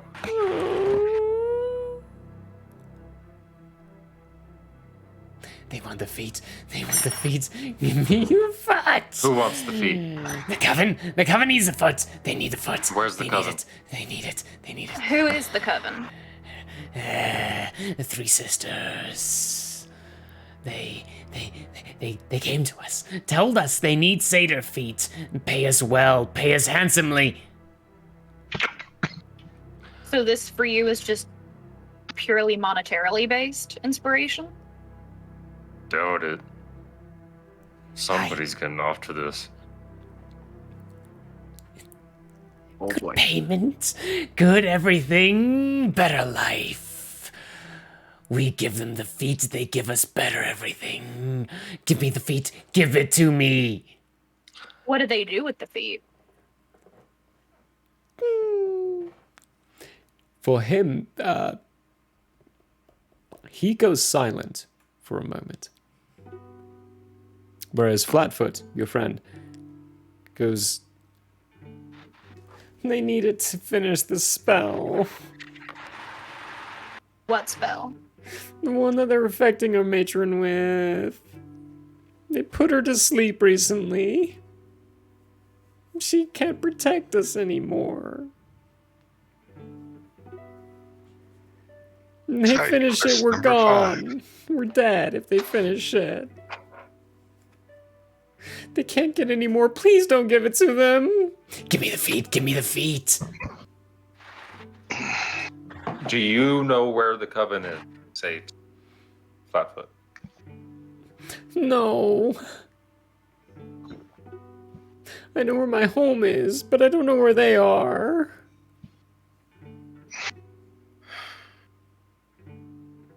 God damn it.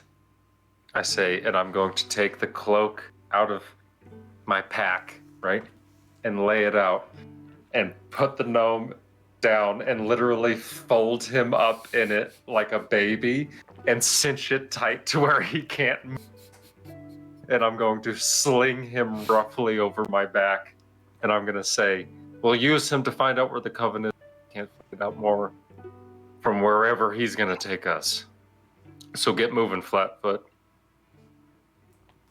Where am I going? To wherever you're taking. I don't know what's going on. Okay. Let's just pick up as if we had never been ambushed. Let's just get on the road back to your home, okay? All right. Okay. Yeah, I can So do that. why don't you start leading us that direction? We'll come with. It'll all be okay. Sunset a little bit to the left. Okay. He starts wandering off. Sunset. Abrad's gonna check on Jartis quickly. How's Jartis's foot? It's probably back by now, right? Yeah, it's back by now. It's regenerated. Okay. Nifty. Good idea as well. Well, if I didn't know my foot was going to be used for some horrible spell of some sort, I thought maybe that was a good idea to get him off our tail, but... I have a feeling You maybe should distracted hold on to them. this foot. And distracting them was plenty good enough. And besides, we got one out of it. The strap, like, which... and I start to swing it. No, I'm swinging it like this. Leads me to a question I have about the direction we are currently going. Why? Why don't we just go deal with this coven and then go to wherever Flatfoot was taking us? I don't want to go to the coven. We don't know where the coven is. We shouldn't take two satyrs directly to the coven. I think that's probably the best option. You know, I'm still swinging. I don't I got him over my head now. I don't want to be with that one anymore anyway, so we could send him off for the time being, and then we... I don't know if you were part of that fight, but I got the shit kicked out of it, guys. Rest. Alright, that's enough of this. Alright, getting annoyed. it was fun for about... There is perpetual giggling around you all as these lights have returned, and you can hear just laughter all around the trees. There's no source of any of it, but things are laughing at what you've done. Pixies, lead us to the coven.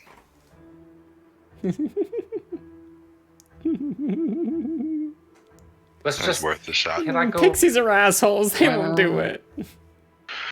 To lead on. I am going to try to conjure a friendly face spirit. Okay. How you doing will that? actually. Yeah. With Conjure Fey. Conjure Fey? Read the spell out for us. Why? Is you summon a Fey creature of 6 or lower, a Fey spirit. I can't hold it anymore. Go for it. That takes the form of a beast of challenge. Gonna kill us.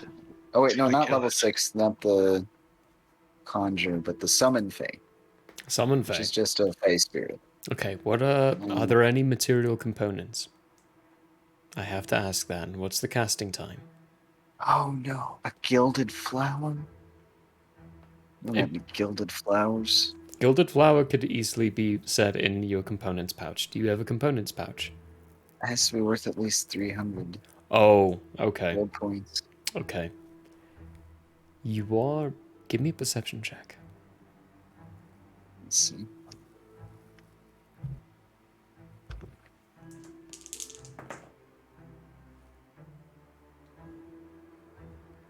It's 13. 13? Sweet. Yeah. So I rolled a percentile die to decide on what your DC was to finding a gilded flower randomly in this area, seeing as you are in the Feywild. I rolled an 87, which made your DC 13. Oh. Fucking luck, you lucky bastard. So the creature is an ally to you and your companions. Magnificent. Okay. You all... also give me a percentile die, actually, because you just cast a spell. This one's just a spirit. It's not a creature. Yep. That's the big one. 90? 90?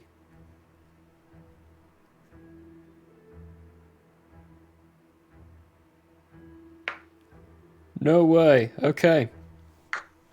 Jartus vanishes.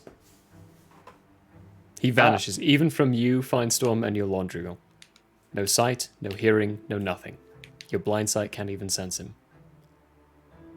This fucking place sucks. But out of nowhere, also, comes this small little orb of light, hovering right above where your Laundrigal was, or Jartus was.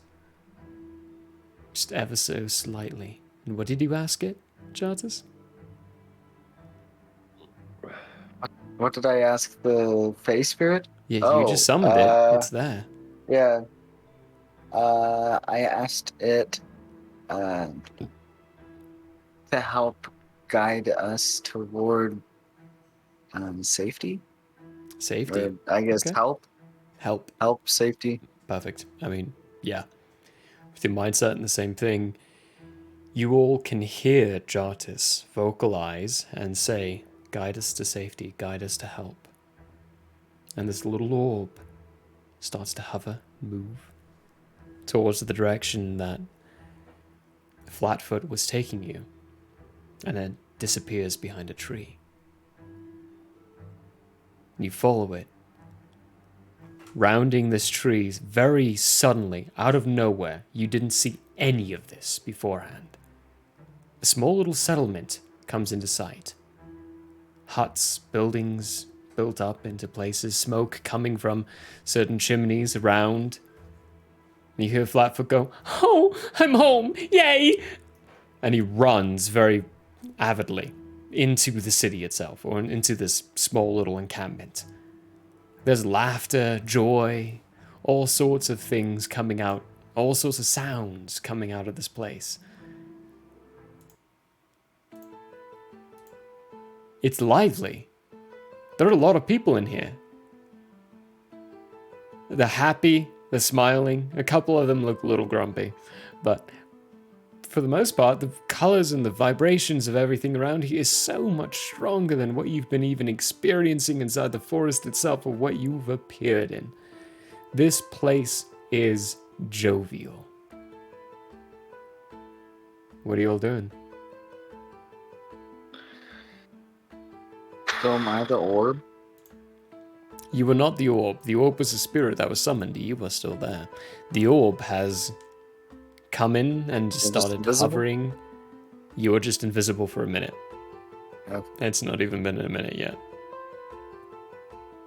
Yeah. We can just go wherever Flatfoot is taking us, I guess. He's booked it into I'm gonna the... jog up next to Flatfoot, and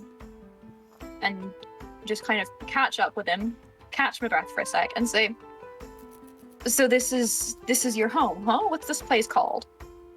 He's...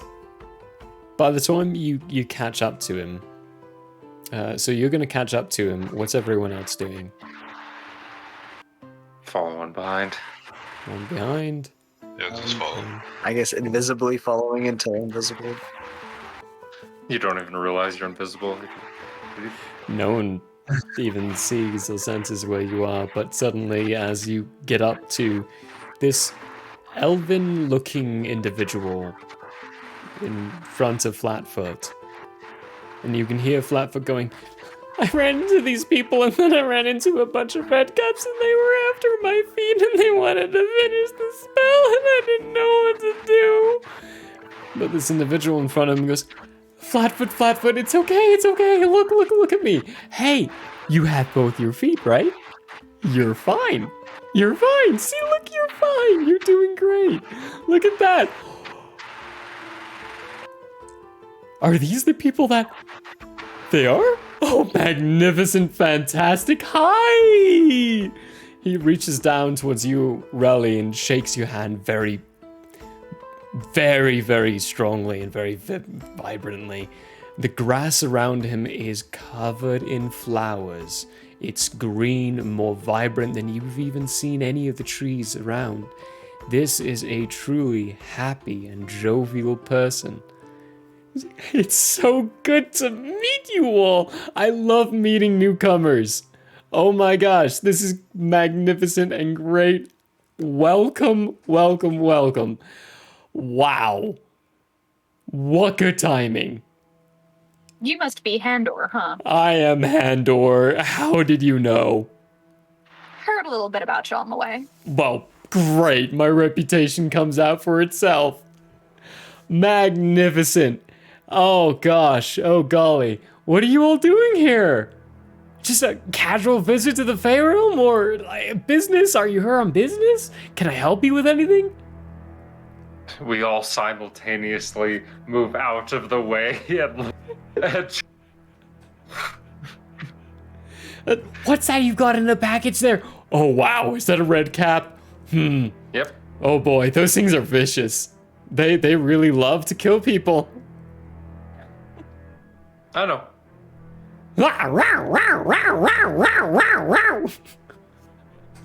It's like, oh, he does not like that. And I'll keep doing it. Oh my. Why are you torturing him? Torture? That looks like fun. Well, you see, Flatfoot, I'm one of those people who can't control their temper at times. So when I get ganged up by 1.5, almost brought to death, I tend to take it out on the last one. Man, whoa. Oh man, remind me never to cross you in the bad way. Well, I mean, Yes, Flatfoot tells me you probably are our best bet in bringing our little civilization back to normal. Welcome to our camp. We don't have a name. I'm sorry, I can't answer that. We're just a camp of happy people or individuals who work together. We do our best at least, but with our leader gone, it's a little harder than normal, but hey, we still try. And we still succeed for the most part, right? Right? I mean, Flatfoot still got us both his feet, right? I call that a success. Feet are still flat. Absolutely. Kind of, like, hug on your Landriel's like jacket, cloak, whatever it may be, to try to gain his attention, and then whisper, like 3 feet above me. Does this place seem to give off any like cult vibes to you? Because this sure as shit don't feel. Oh, 100%. I don't like any of this. All right, sick. Yes. For sure. This gives me bad vibes, but Everyone give me an insight check. That's safe. Insight. Yeah, everyone give me an insight check. Is it a cult, Murray? Give me an 17. insight check. 18. 18, Ooh. 17. Oh. 4? Oh, really, you poor Ooh. soul. You're not getting any of this.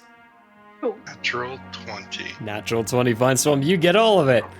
For a bonus, 25. 25, I'll give you a little extra for that natural 20, because goddamn. Abra, did you get a natural 22? 7. 7? Oh, you get absolutely fucking jack shit, too. Jartus and Yolandriel. There are certain aspects about this town that have changed and are different from where you've been. There are what you can sense to be rules. Things that you cannot fight against and you must obey. You must do. You've no idea what they are. But they exist. Fine, Storm. I'm going to give you a breakdown of what these rules are. Because you got a natural 20.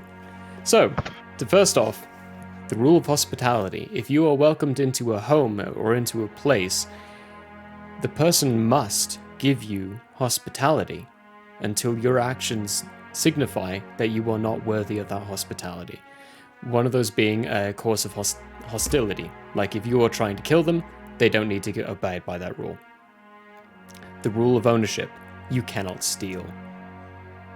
You physically cannot steal. Intentionally or unintentionally. It is an impossibility in this location. Next one is the rule of reciprocation. If someone gives you a gift, you must give them a gift in kind. It is an obligation outside of your control. Okay. But for this location, that's Fey Realm in general. For this location, this town, there are additional rules. One of them is the no stealing. It's more coupled onto it. Any of your stolen items are now forfeit. So if any of you have stolen items, remove them from your inventory.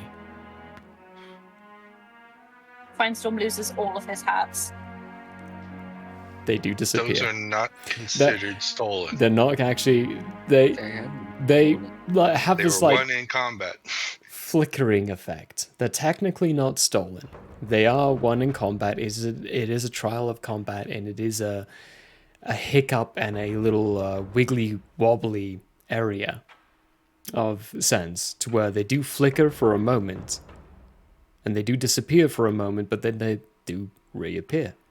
So the 4 hats on top of Finestorm reappear. They are technically not stolen. There's another rule. You cannot physically harm anyone inside the settlement. In any way. Emotionally, psychologically, any kind of damage cannot be done in the settlement. There is no harming another. The last one is lying. You can't lie. You have to tell the absolute truth. Everything coming out of your mouth, even if you try to lie, it will be the truth.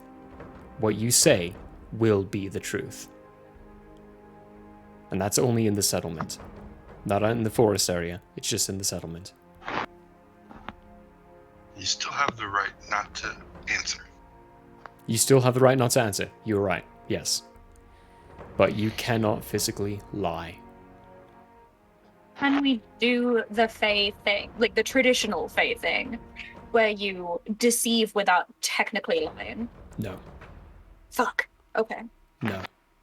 So, to give you a little clarification, like when you're outside in the wilderness area, those first 3 rules I told you are still in effect. They're a constant, forever. But this, when you walk into here, there's an additional adding effect from the Archfey who runs and governs this area. They have 3 rules that they can put in place. And these are her 3 rules. One of them is you cannot lie. Even unintentionally, you cannot lie. Everything you say has to be a direct truth. And the only person right now who understands that is Finestorm. So keep all of this for Jartis, Reli, Aberrat, Eulandriel. That's all player knowledge. Mm-hmm. That's not character knowledge. Finestorm's the only one who understands the 3 rules of the settlement.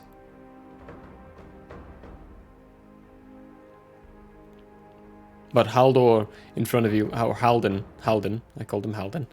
Halden in front of you goes, I love the fact that you're all here. We could really use your help. Our leader is kind of asleep right now, and there's a coven that we definitely need to take care of. But we can't take care of them because we're not strong enough. And given the fact that you've got a red cap that they hired on your back right now. Oh, congratulations, by the way. Wow. Good job defending against them. We could use your help. We really could. I'm being honest here. We really could use your help. Would you like to help us? That's where we're going to finish for the night. I was gonna say, no answers. Yeah. Group huddle. Group huddle. We're going to finish there for the night as the players figure out and think about what they're doing. I encourage you all, like I always do, to communicate amongst yourselves and try to figure out what the party would do in this situation, because you're in uncharted territory. You're essentially in Wonderland. You're with, essentially like, topsy-turvy rules. You're in Wonderland with topsy-turvy rules. One sense, you're dealing... So those of you with arcane proficiency would sense you are dealing with some kind of very high-end arcane magic that is locking an archfey. So for you, Jartis, you have proficiency in Arcana, right? Yeah. The leader of this place is an archfey, especially if they have rules of their own in place. They are very, very, very, very powerful.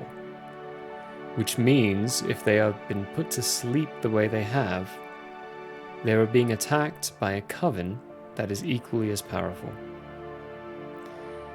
It gives you the idea that whatever they are asking, whatever they are requesting for help to bring their archfey back to consciousness, you're going to have to take on a coven that is powerful. A coven of blood witches. Oh, no. So, keep that in mind. Yeah, only Jartis is the only one who's going to know this. Finestorm, even with your knowledge, even with your knowledge of the god, at this point you would recognize and realize that everything you know is very specifically towards Nathriel. That's it. You don't know anything about any other realm. Gee, some god of knowledge he was. He's only the god of knowledge of Nathriel. That should cause a few more questions in your mind. Yeah, Yeah. He really needed to expand. Could he? That's a question. For now, though, we're going to say goodnight and goodbye until next week on Sunday. We might... Yeah, let's see. Can we raid anyone? This is the wrong... No, it's the right side. Right screen. Here we go. But... thank you all very much for joining us into this random little expedition into the Fey realm, which I'm enjoying. I don't know if the rest of them are. I hope they are. I really hope they are. I'm having a good time. Good time. I have a new gnome weapon. I love how our plans are all over the place. That gnome fight, that went exactly the way I wanted it to. Let's... Gnomes. -2 charisma or D20 deathmatch? What do you all feel like? D20 deathmatch. D20 deathmatch? Haven't been Cool. there in a while. We haven't. I think yeah. we've only rated them like once before. We have, yeah. Yeah, it's only been once. So let's rate D20 deathmatch, but at first off, now keep in mind, we've only got 2 more weeks until we can experience Peter again. Mhm. Peter will be back in 2 weeks. Good. Very excited about that. Yes. I love Peter. Brolog will be back. Peter will be back. We are so excited. But let's hear his voice again. Let's fix, get our fix. Get our fix of his outro and his beautiful, beautiful singing voice with our outro. We love you all very much. We will see you next Sunday. I can't wait for it. Bye. That's the wrong screen.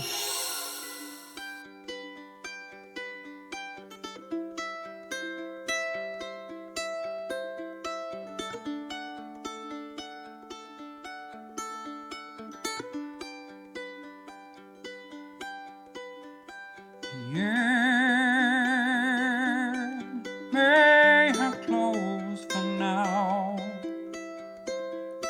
We hope you met a friend this go around. Tired and blurry you may be. We hope your minds are full from this revelry. Peace follow you out. May you return for more giggles